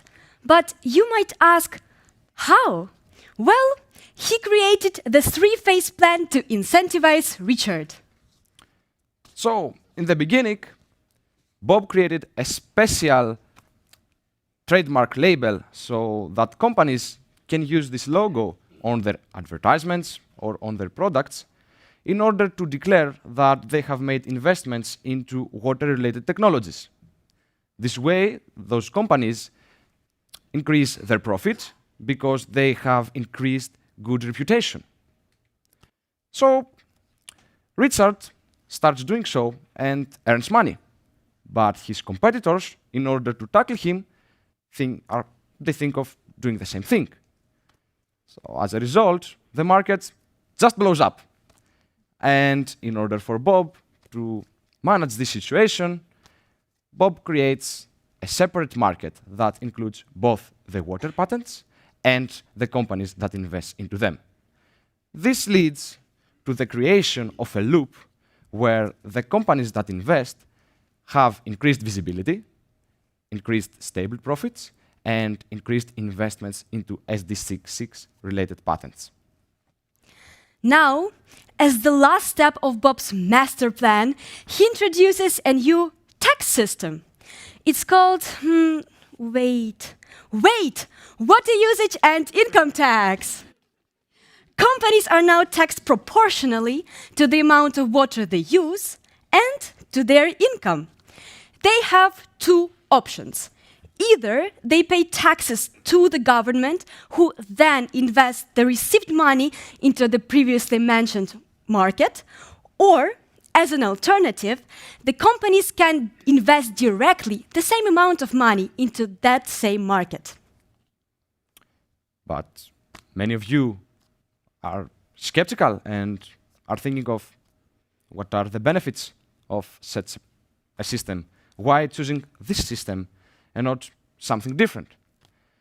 Well, to be honest, the benefits are numerous for all the people involved into this plan. So we have made a plan that includes all the stakeholders. So starting with people like Richard, we can say that Richard gets to have the government support, increased public view, and also stable and secure profit, which is a business actually purpose. On the other side, we have society. And for society, we have stable improvement because society has quick access to knowledge related to water technology. And most important, which is the reason why this forum is all related about, in 2026, they have solutions to tackle the water scarcity problem. As for the possible improvements, Bob assures that money is secured through the so-called compensation system. What does it mean?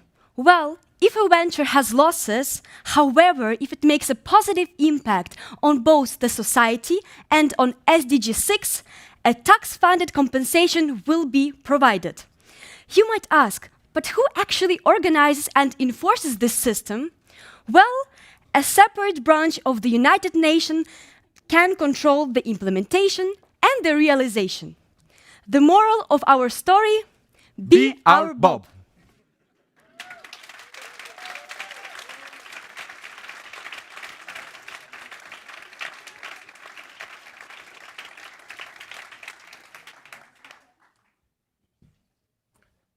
So please, the rest of the team, come up.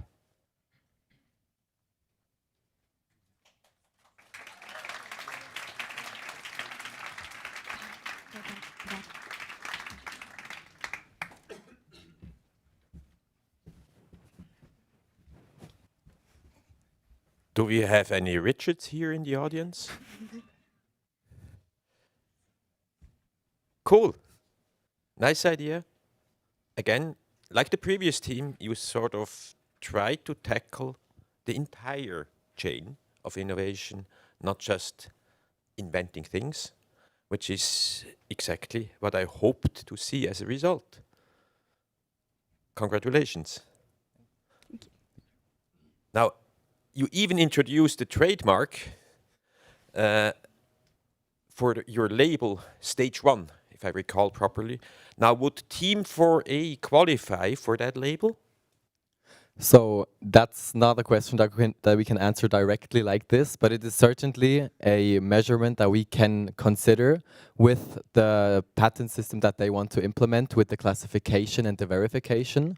But there is definitely a cooperation possible and even beneficial for both. How about the other teams? Have you seen any projects that you think could get the label? I mean, I feel like a lot of the projects would like qualify. We have to, as Lucas said, you know, we don't really know exactly what the parameters for the trademark is to get it. But I feel like maybe the closed hospital system, you know, with the rain collecting there.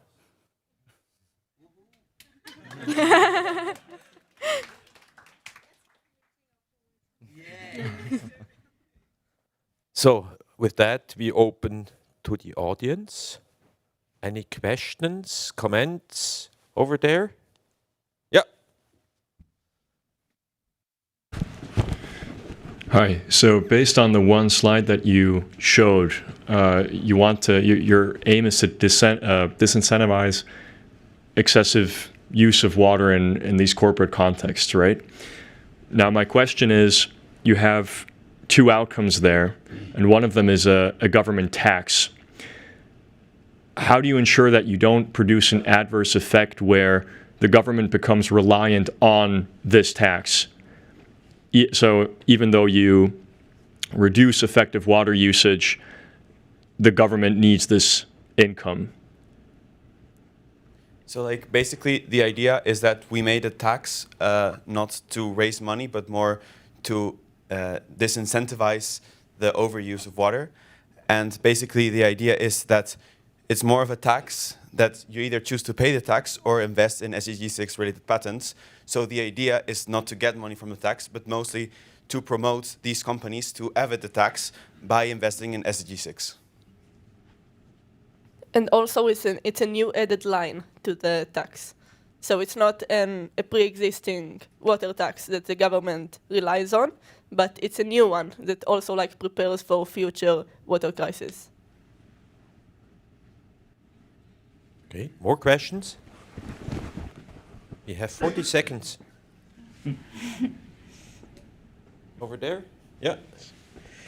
So your pipeline goes all the way to investing in pre-existing patents, but have you given any thought to the fact that, well, I'm not sure about in Switzerland, but at least in the UK and other countries, it can cost upwards of £5,000 to £6,000 for us to actually obtain a patent, and that's not considering legal trouble in addition.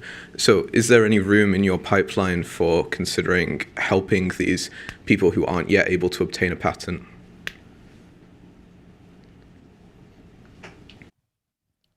So in our project group, we talked about possible systems that we could employ for to some kind of tokenization, for example, for a profit share and thus hold share or possessing share of the patent. But it's also not only investing in owning a patent, you can also borrow a patent as a license, for example, which is A, way cheaper, and B, promotes the project itself, and not only the possession, but also the usage of the patented technologies. And also the idea was that since there's this new separate marketplace for this water-related tech patents, these water-related tech patents, they rise in value as well. So like inventors and scientists also gain some sort of benefit. Yeah, I can only confirm you understand the system now. Congratulations. To this team.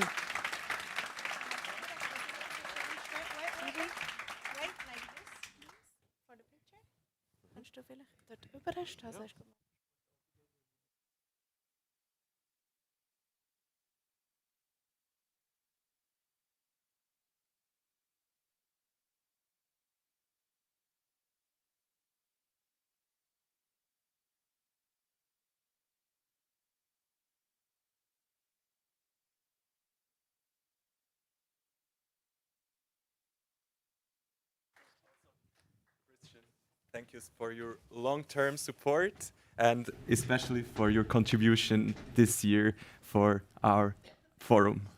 You know what?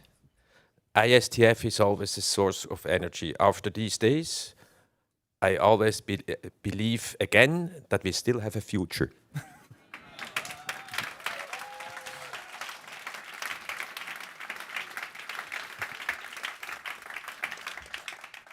Thank you for the kind words.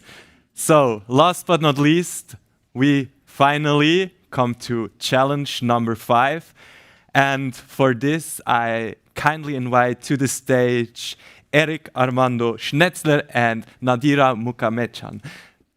Thank you so much. Oh, I take it.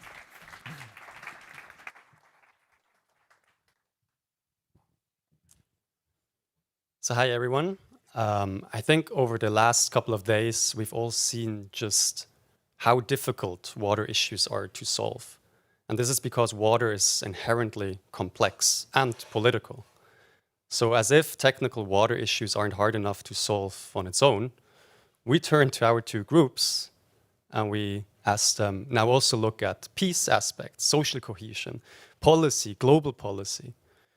So how to elevate water for peace in the international arena. We did not make their lives any easy, but we didn't do this with any malintent.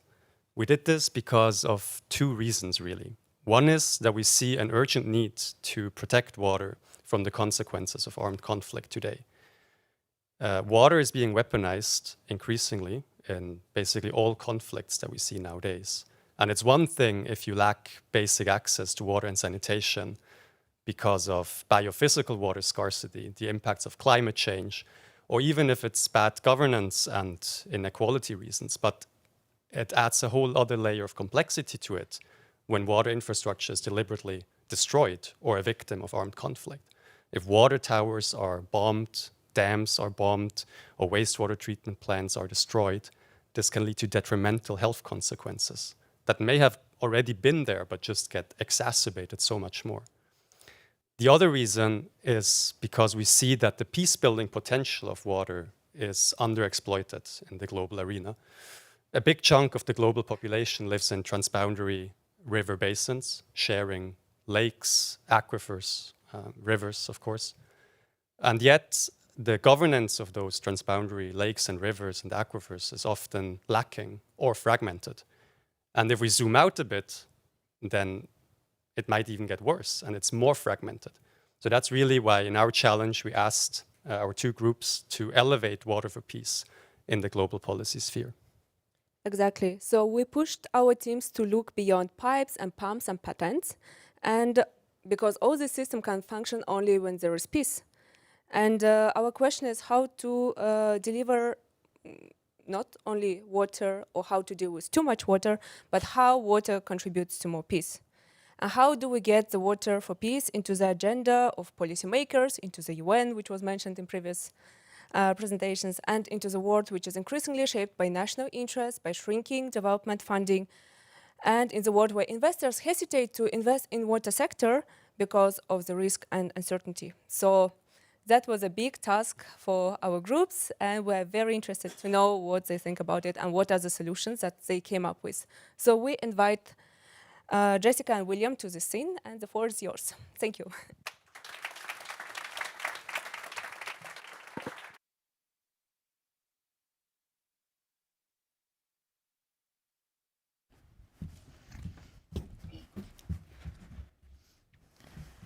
"42%, 3.1 meters, 17 reports, poor quality." What are you talking about? What are those numbers? Well, on their own, they're nothing. But if we know that they represent water quality and pollution reports, they suddenly tell a story. So data tells a story. But the question is, are we even listening? Well, water is not only detrimental for our survival, but can also be a catalyzer for peace, because water unites us all. So why aren't we using more action with water and peace today? Well, we came up with two core problems. So the first problem is people aren't confronted with the problem. People think it's a local problem that's somewhere else, not a global issue. For example, people are so detached from the problem that the UN Water Conference, that is this year, 2026, has already been decided that there'll be no negotiated outcome. Secondly, transparency. Data is not gathered by one centralized body and therefore not shared. UN Water tries to combine it, but nations have their own interests, and therefore data is not transparent. So our solution to this problem is Veraqua. Veraqua is a non-profit organization built on the idea that the people that live closest to water know it best.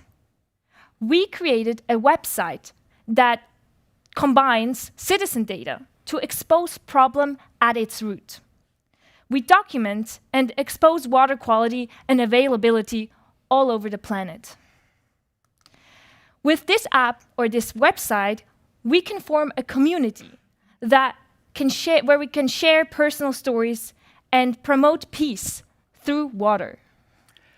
And by getting our data at the source, the citizens, we completely bypass national interest. This means that our solution is transparent. Also, by creating a map of all of these different problems, we finally create a tool where people can actually realize how this problem is such a huge problem. Well, now we come to the highlight of our presentation, and we can show you our first prototype. So this is our website. Well, it should be a video. Okay. If there's no video, maybe we just continue on, and you can try it yourself. Yes. All right, so. So please take out your phones and scan this QR code so you can see our product.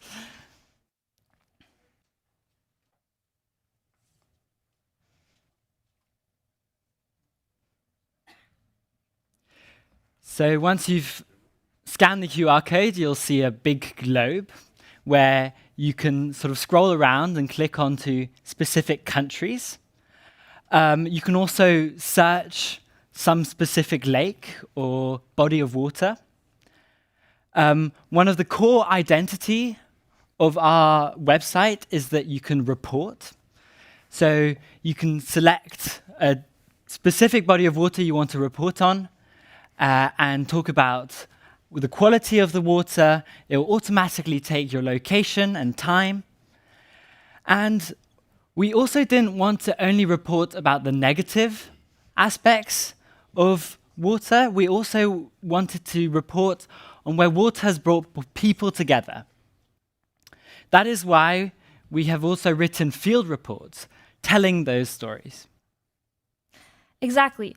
And if you are further interested in what our motivation is, you can also find the text that we wrote on why we do it and how you also can contribute personally.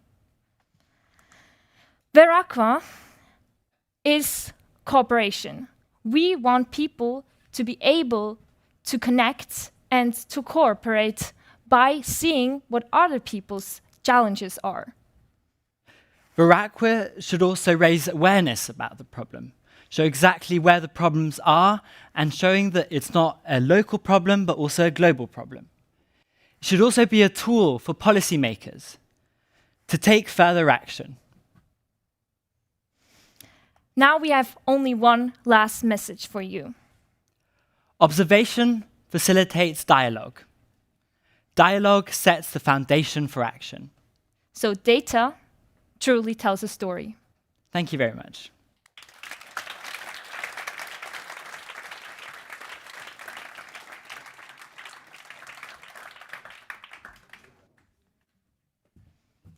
Thank you so much. And we invite the rest of the team to the scene as well to get your portion of applause. Yeah, big round of applause, please.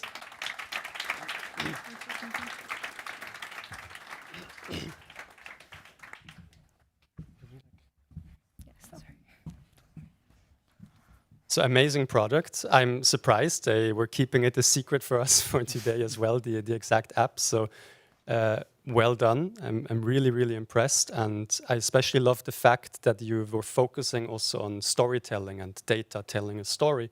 And also looking at the positive sides, you know, that water cooperation can lead to more peaceful outcomes, while at the same time thinking about issues of transparency and how to circumvene issues of maybe nation states not wanting to share data and these things. And I particularly also loved how you highlighted empathy as a very important point when it comes to all of that. And I think it's something that often gets forgotten, but it is really crucial if we want to think about water and peace. So really nice idea to raise the awareness, to get people together, and really applaud you once more. Well done.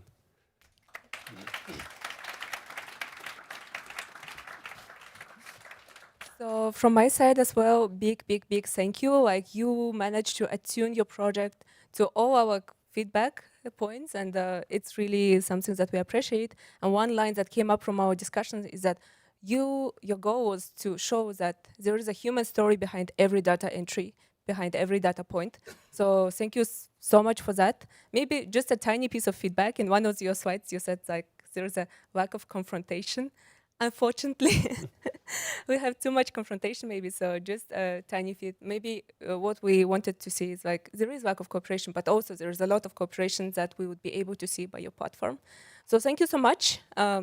Once again, applause. And if you have any questions to our team, yes, please.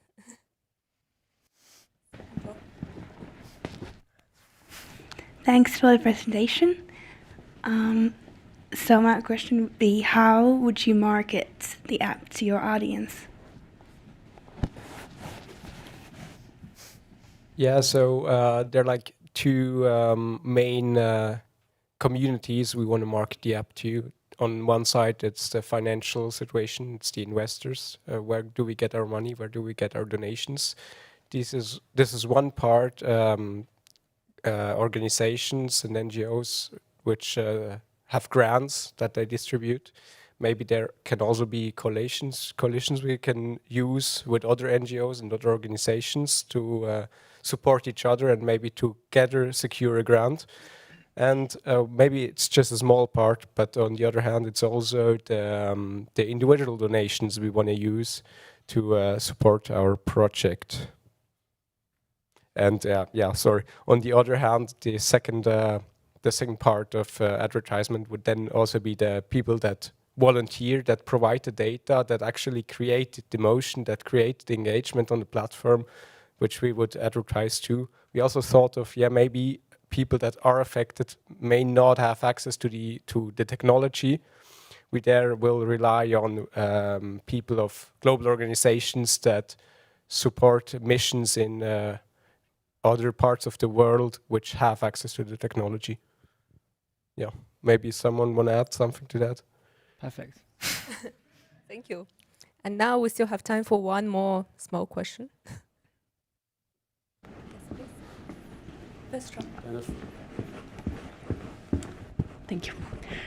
So I work myself on a citizen science app that collects water data. And one of the issues that we have is that some users in conflict zones are afraid to use the app because then the data will be out there.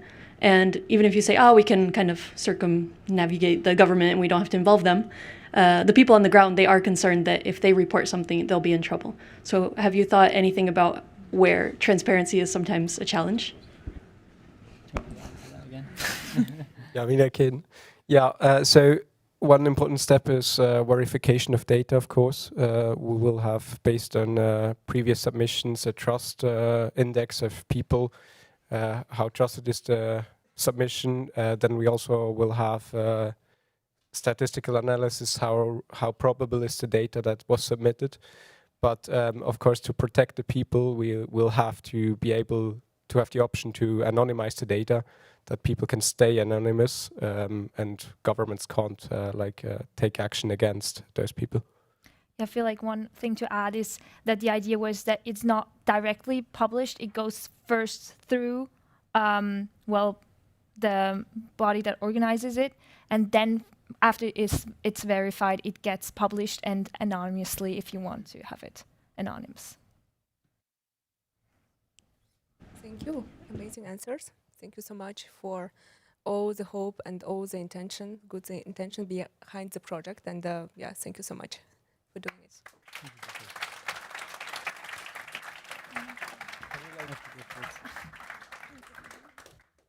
I don't want to.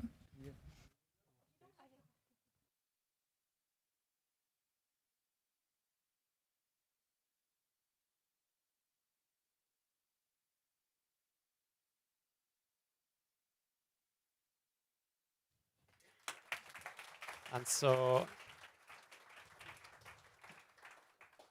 now we'd like to invite the second group, Team Bubbles, if I'm not mistaken, Andri and Apolline to the stage.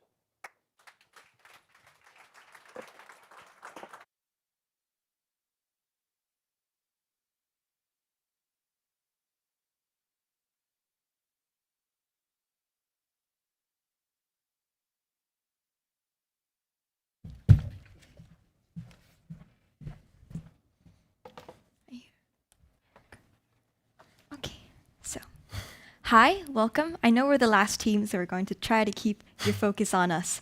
But so we're Bubble Bucket, and we want to say as a first statement that there is actually no such thing as a water war. Even in times of political tension and instability, water still unites us, as you've seen before.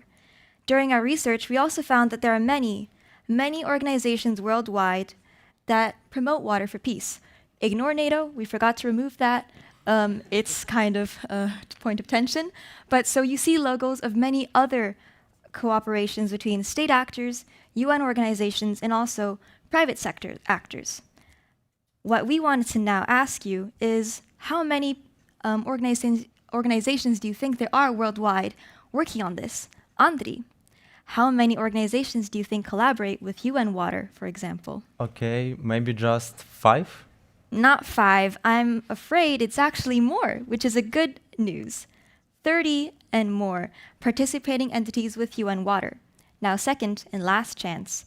How many global governance networks do you think there are on water worldwide? Okay, let's try a bit bigger number, maybe 100? worldwide. I'm thinking nearly 3,000, maybe even more. This is a good sign for international cooperation, but also we noticed that despite so many informations being available by different actors, none of it is unified.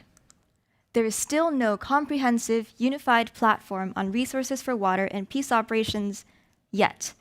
This is why we decided to reunite those data bubbles into one single bucket. For that, we developed a prototype app, which could also be a web platform. We're looking into that, where we help gather and filter existing educational resources developed for free and accessible for everybody by different NGOs. Here you can see the different tailored pages of information for our target groups, be it educators, policymakers, or simple citizens like you or me.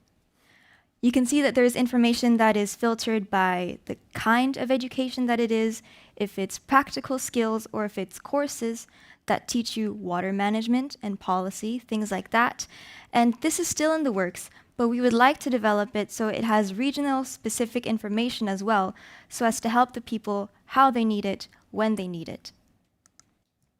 So our mission is to promote peace through the water, and our platform will share verified information to prevent manipulation and manipulation which can cause conflicts and wars.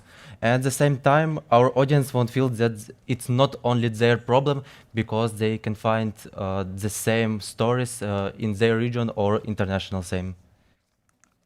So our target group includes some parts. For example, it's citizens who are interested in easy to access guides and course water-related topics, and they can use gained knowledge to improve their life or to improve their life and open new opportunities. Educators who need ready-made educational materials to accurately teach their students. Companies which look for new ways to promote their information and gain visibility and influence. And of course, governments who need centralized data to make informed decision-making. Mm-hmm. But now all that is well and good. How will we actually run? How do we make it a little bit profitable? For our project's promotion, we want to rely mainly on social media, which is free and that reaches a large number of people. However, we know that social media isn't the only channel available, so we want to also go through radio, television, even making printable material such as posters, so we reach people wherever they are so they get the information that they need. We also want to do direct outreach with community leaders and educators, since they are the ones that multiply the information directly with the people that they know. And for our sources of income, we're looking towards international grants, but also we want to appeal to the corporate social responsibility of companies. We know and we want to emphasize that peace and stability is essential for businesses to operate and stay profitable. What is our path? First of all, it's data collection and platform creation. Then we'll build our marketing strategy for the first selected countries. And then one of the most important stages is looking for a way how we can deliver our information to the society. And the next stage is we can already launch our project and collect also feedbacks. And then we can improve our product and expand it to other countries. And our strength is adaptive channels to reach our audience, and also our water information is free from external influence. At the same time, we depend on sponsorship and we have a lack of established reputation. Possible threats are resistance from dictatorial regimes and limited resources of our audience to use gained knowledge. But our opportunities cost emergency of the problem and interest of different groups of people. Mm-hmm. So given all that information and all the information given by groups before us, we want to implore you to take positive water action now. From what you've seen, our platform that unifies data, or the other groups who did wonderful projects here during the ISTF session, we know that one drop at a time, you can make a difference, and that's what we want you to do now. Thank you very much.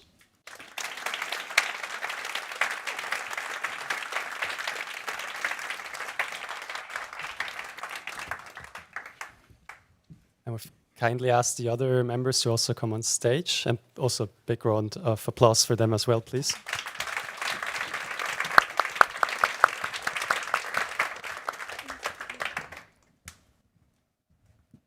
Okay, probably I'll start. Thank you so much, and thank you for this positive surprise. I'm really impressed. You also managed, like, your starting point of the teamwork was chaos, and look what you come up now with. So it is amazing. It is actionable. I am happy to see that you planned the launch before the water conference. So we hope that it will contribute as well. And yeah, I'm very impressed by the depth of your research, by the depth of your preparation. You also try to consider all the factors at play. So your SWOT analysis that you do, like you combine the strengths of all the team participants to consider the problem from all points. It is really impressive. I really don't have any questions, so best of luck and thank you. Yeah, also huge congratulations from my side. Really nice what you came up with. So thanks a lot. And I like, similar to the first group as well, how you put a big emphasis also on awareness raising, but also the interface of your app, how you can sort of filter by if you're a policymaker, an educator, and then sort of filter out the data that you might need in terms of water and peace. So I think that's really nice to have like this idea to have a unified platform with all the information and also available information, and certainly something that I see as something that's very actionable, very possible. One question I still had in mind is a bit, still, how would you get to the policymakers? How would you get them to use it, for instance, before the upcoming conference? Okay. So we were thinking about this, and it's something you already asked us before. I think we were maybe more focused on the, like, helping with creating a platform where new policymakers could find a way into the policymaking world. We were thinking about how existing policymakers could benefit from this platform. And maybe it's just, again, seeing that there's information by so many different actors, and that they're not only restricted to one region, one hub, for example, maybe Europe. Since it's a unified platform, it takes data from organizations that are based in Australia, in South America, so it could have a positive impact since you see everything in one place. Great. No, certainly, absolutely. And also I love how you were thinking also beyond the water sector, no, to also include other actors that are involved in peace, humanitarian issues, and so on. And with that, we'd like to open up for questions from the floor. I see there's one over there in the back. I apologize if this comes across as nitpicking, but close to the beginning you mentioned water wars and suggested that there's no such thing. But in conflict where, say, Gaza, where water supply is completely and wholly restricted by another nation state, surely, have you given some thought to the idea that some nation actors may not be open to the idea of this platform and how you might go about that?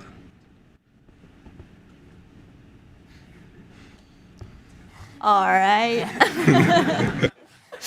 Okay, so to answer the first part of your question, we stated there's no such thing as a water war because wars don't often, or at least from what I've read, start because of water.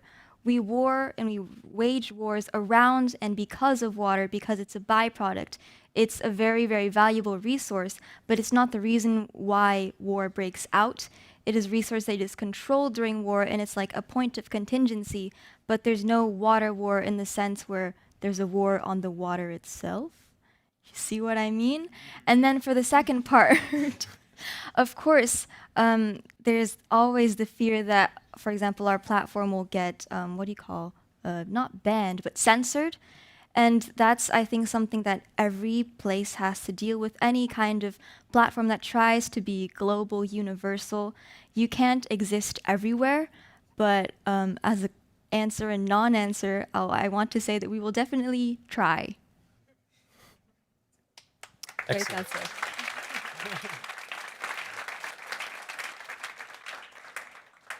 We're slightly over time, so maybe one very short question.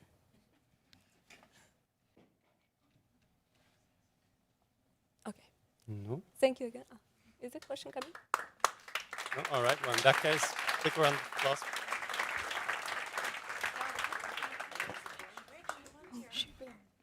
Do we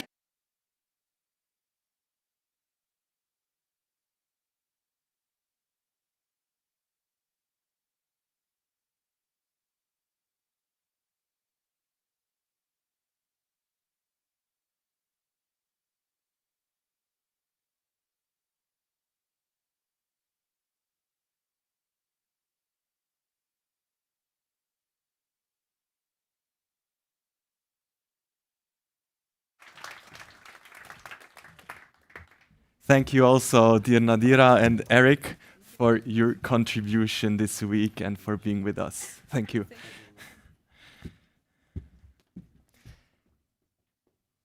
Dear audience, we have just witnessed 10 amazing presentations. And while finding new solutions and presenting them in front of you is a huge part of the ISTF, that's not the full story. Like, the real magic happens in the journey itself. The late night brainstorms, the moments of frustrations that finally, hopefully, turn into breakthroughs, the cultural exchanges over coffee breaks and during pool games, and the unexpected friendships that formed along the way. So right now, we are shortly shifting the focus from the final products you have just witnessed to the journey. And let's hear it once more from the participants themselves. I kindly invite Hannah, Luca, Alexis, Deepti, and Rufus to the stage.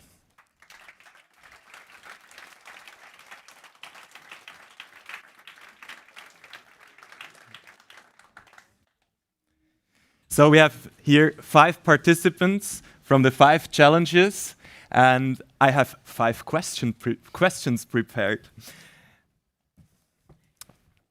I go here.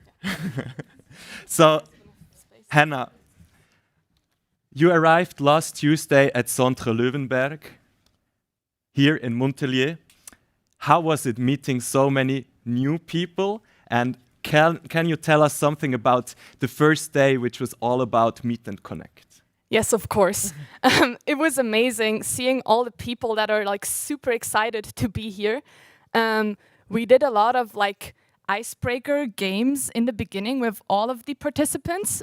So we did like, oh, how long did it take you to get here? Or are you more of an introverted or more of an extroverted person? And then we had to get in line and, you know, talk to all the people.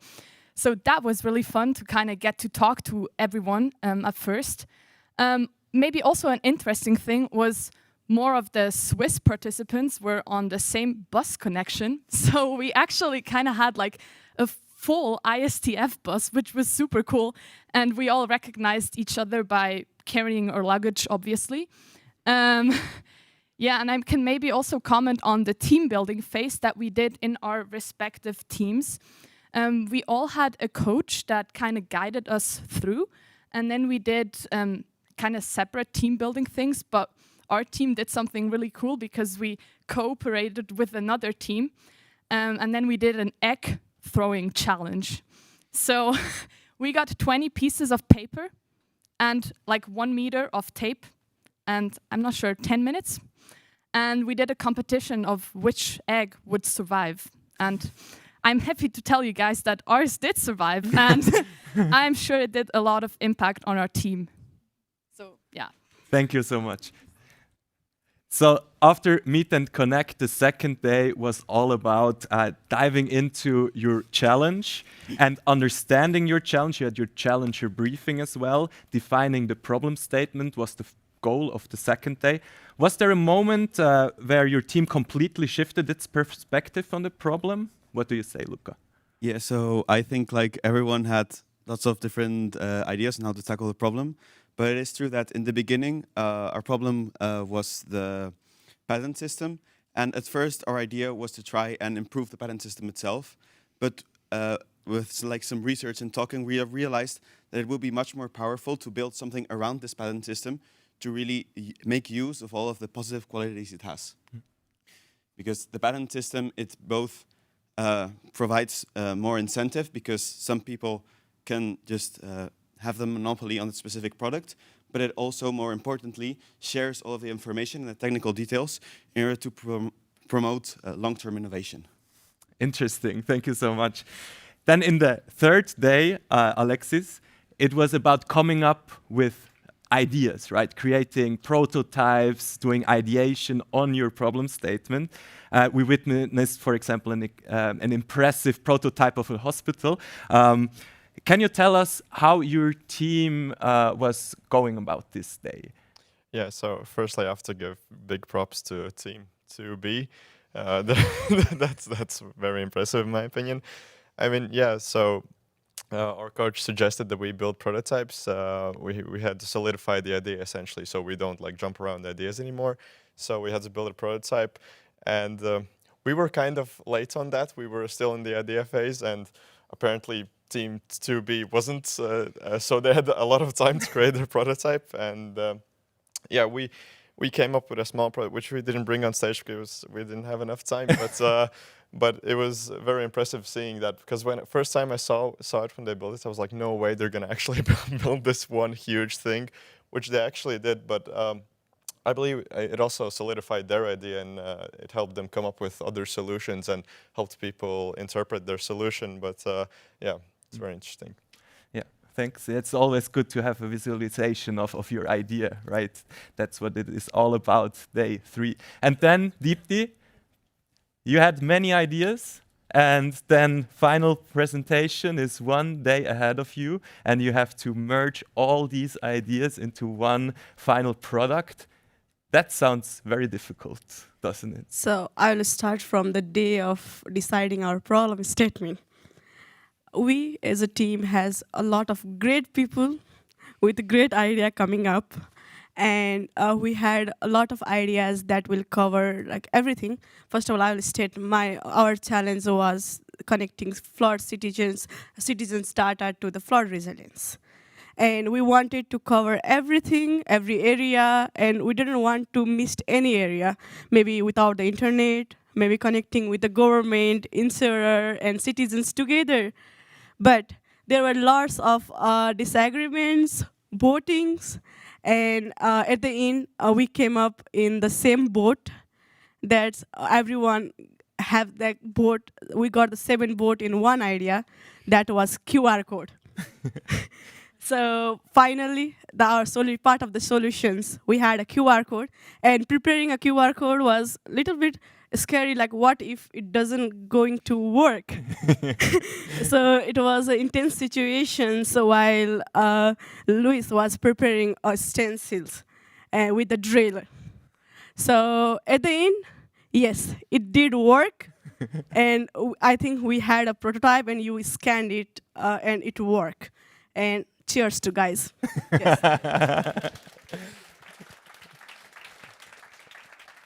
Must have been an exciting moment when you first tried it out.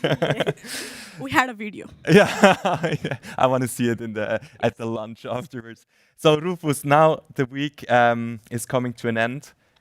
Can you tell us one personal insight that you're taking away from ISTF 26?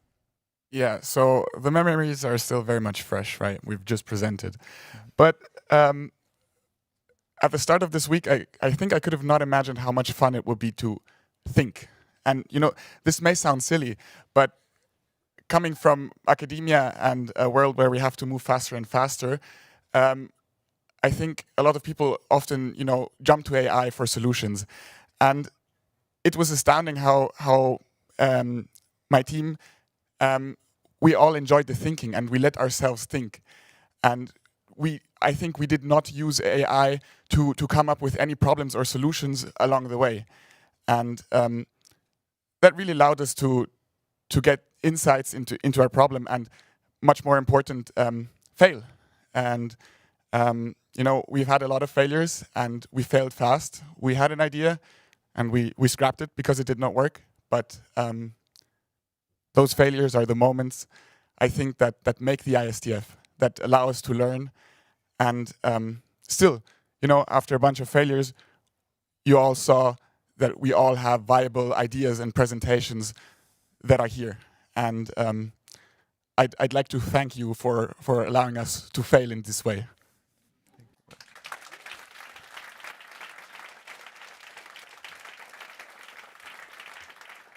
I mean, actually now we should close the forum. You cannot say anything more than that. Thank you. Please, a big round of applause for all the participants in their presentations. Thank you.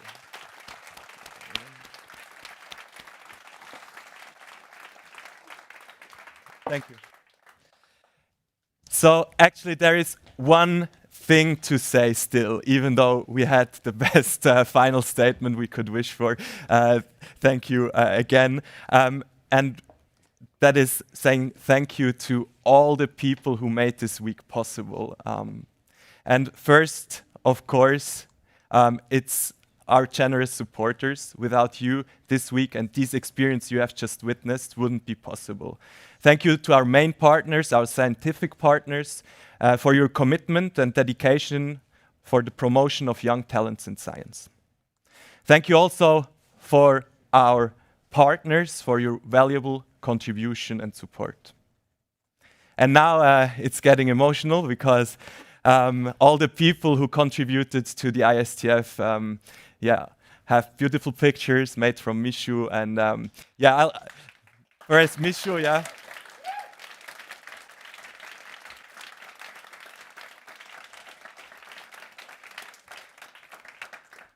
Dear challenges in the front row here, you have invested a lot of time that you mustn't invest in this project.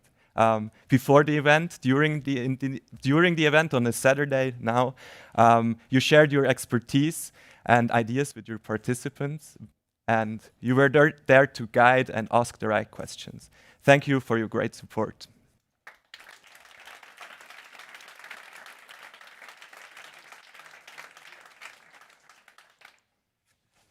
Then, in the second row over here, our 6 amazing coaches. You supported the teams in their whole journey, from team building till the final event on stage. I know you were more nervous than they were, or some of you at least. You offered them the right tools at the right moments, and you got the best out of them. You teamed up with your challengers as well, and you were always there for each other, but also for the participants when needed. Thank you so much for your work.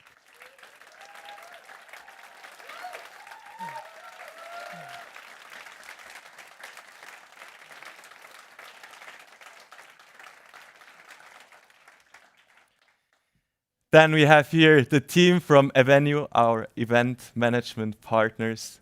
First of all, of course, dear Oli, you have planned this event with us for a long time. Thank you for your patience, your kindness, your humor, and your extremely good organizational skills, and the good coffee in your office. Then thank you, Mishu and Beru, for transforming this space into a real aquarium, and for the good sound and setup, technical setup here. It was smooth and yeah. And thank you, dear Other Boris, for streaming this event for the first time in ISTF history to our partner organizations and friends and families abroad who are watching us right now. Thank you.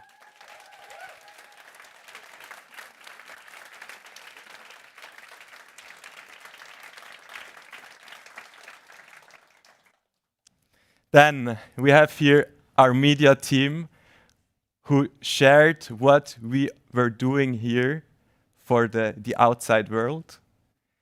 Thank you, Mari, our communication manager, who was planning this event with us also in the core team for a very long time. Thank you for setting the bar always high for yourself and the others. Yeah, and thank you, Julia and Sarah, our social media masters, and thank you for your creativity along the way.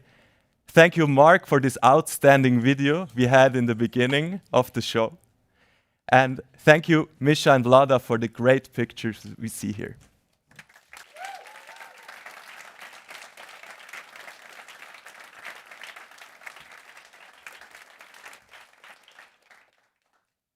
Then, always working in quiet, on the left side, Andre, thank you for painting these beautiful pictures of the participant solutions. I warmly invite you to have a look at them when we go up for lunch after closing remarks. And yeah, study them and have a discussion over them, and maybe you can ask the participants some more questions in the open space. Thank you, Andre.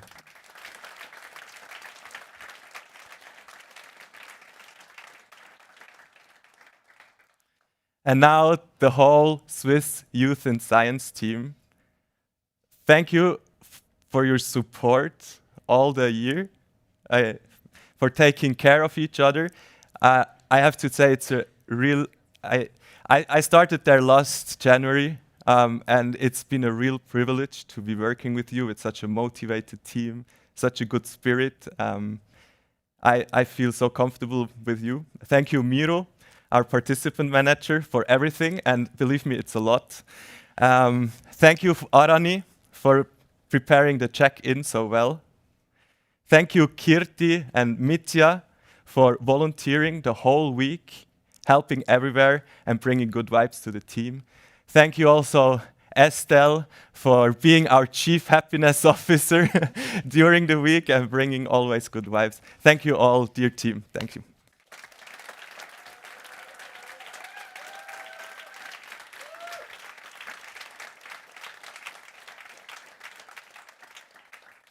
And last but not least, the biggest thanks to you, dear participants.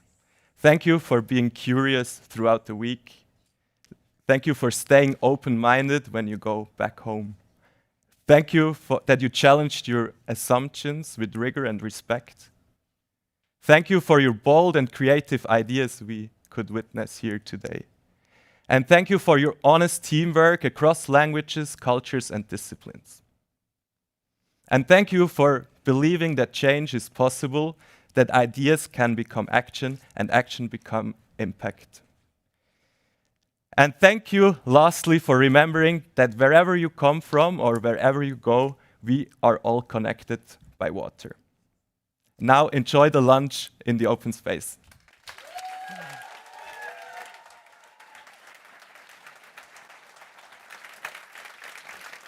Thank you.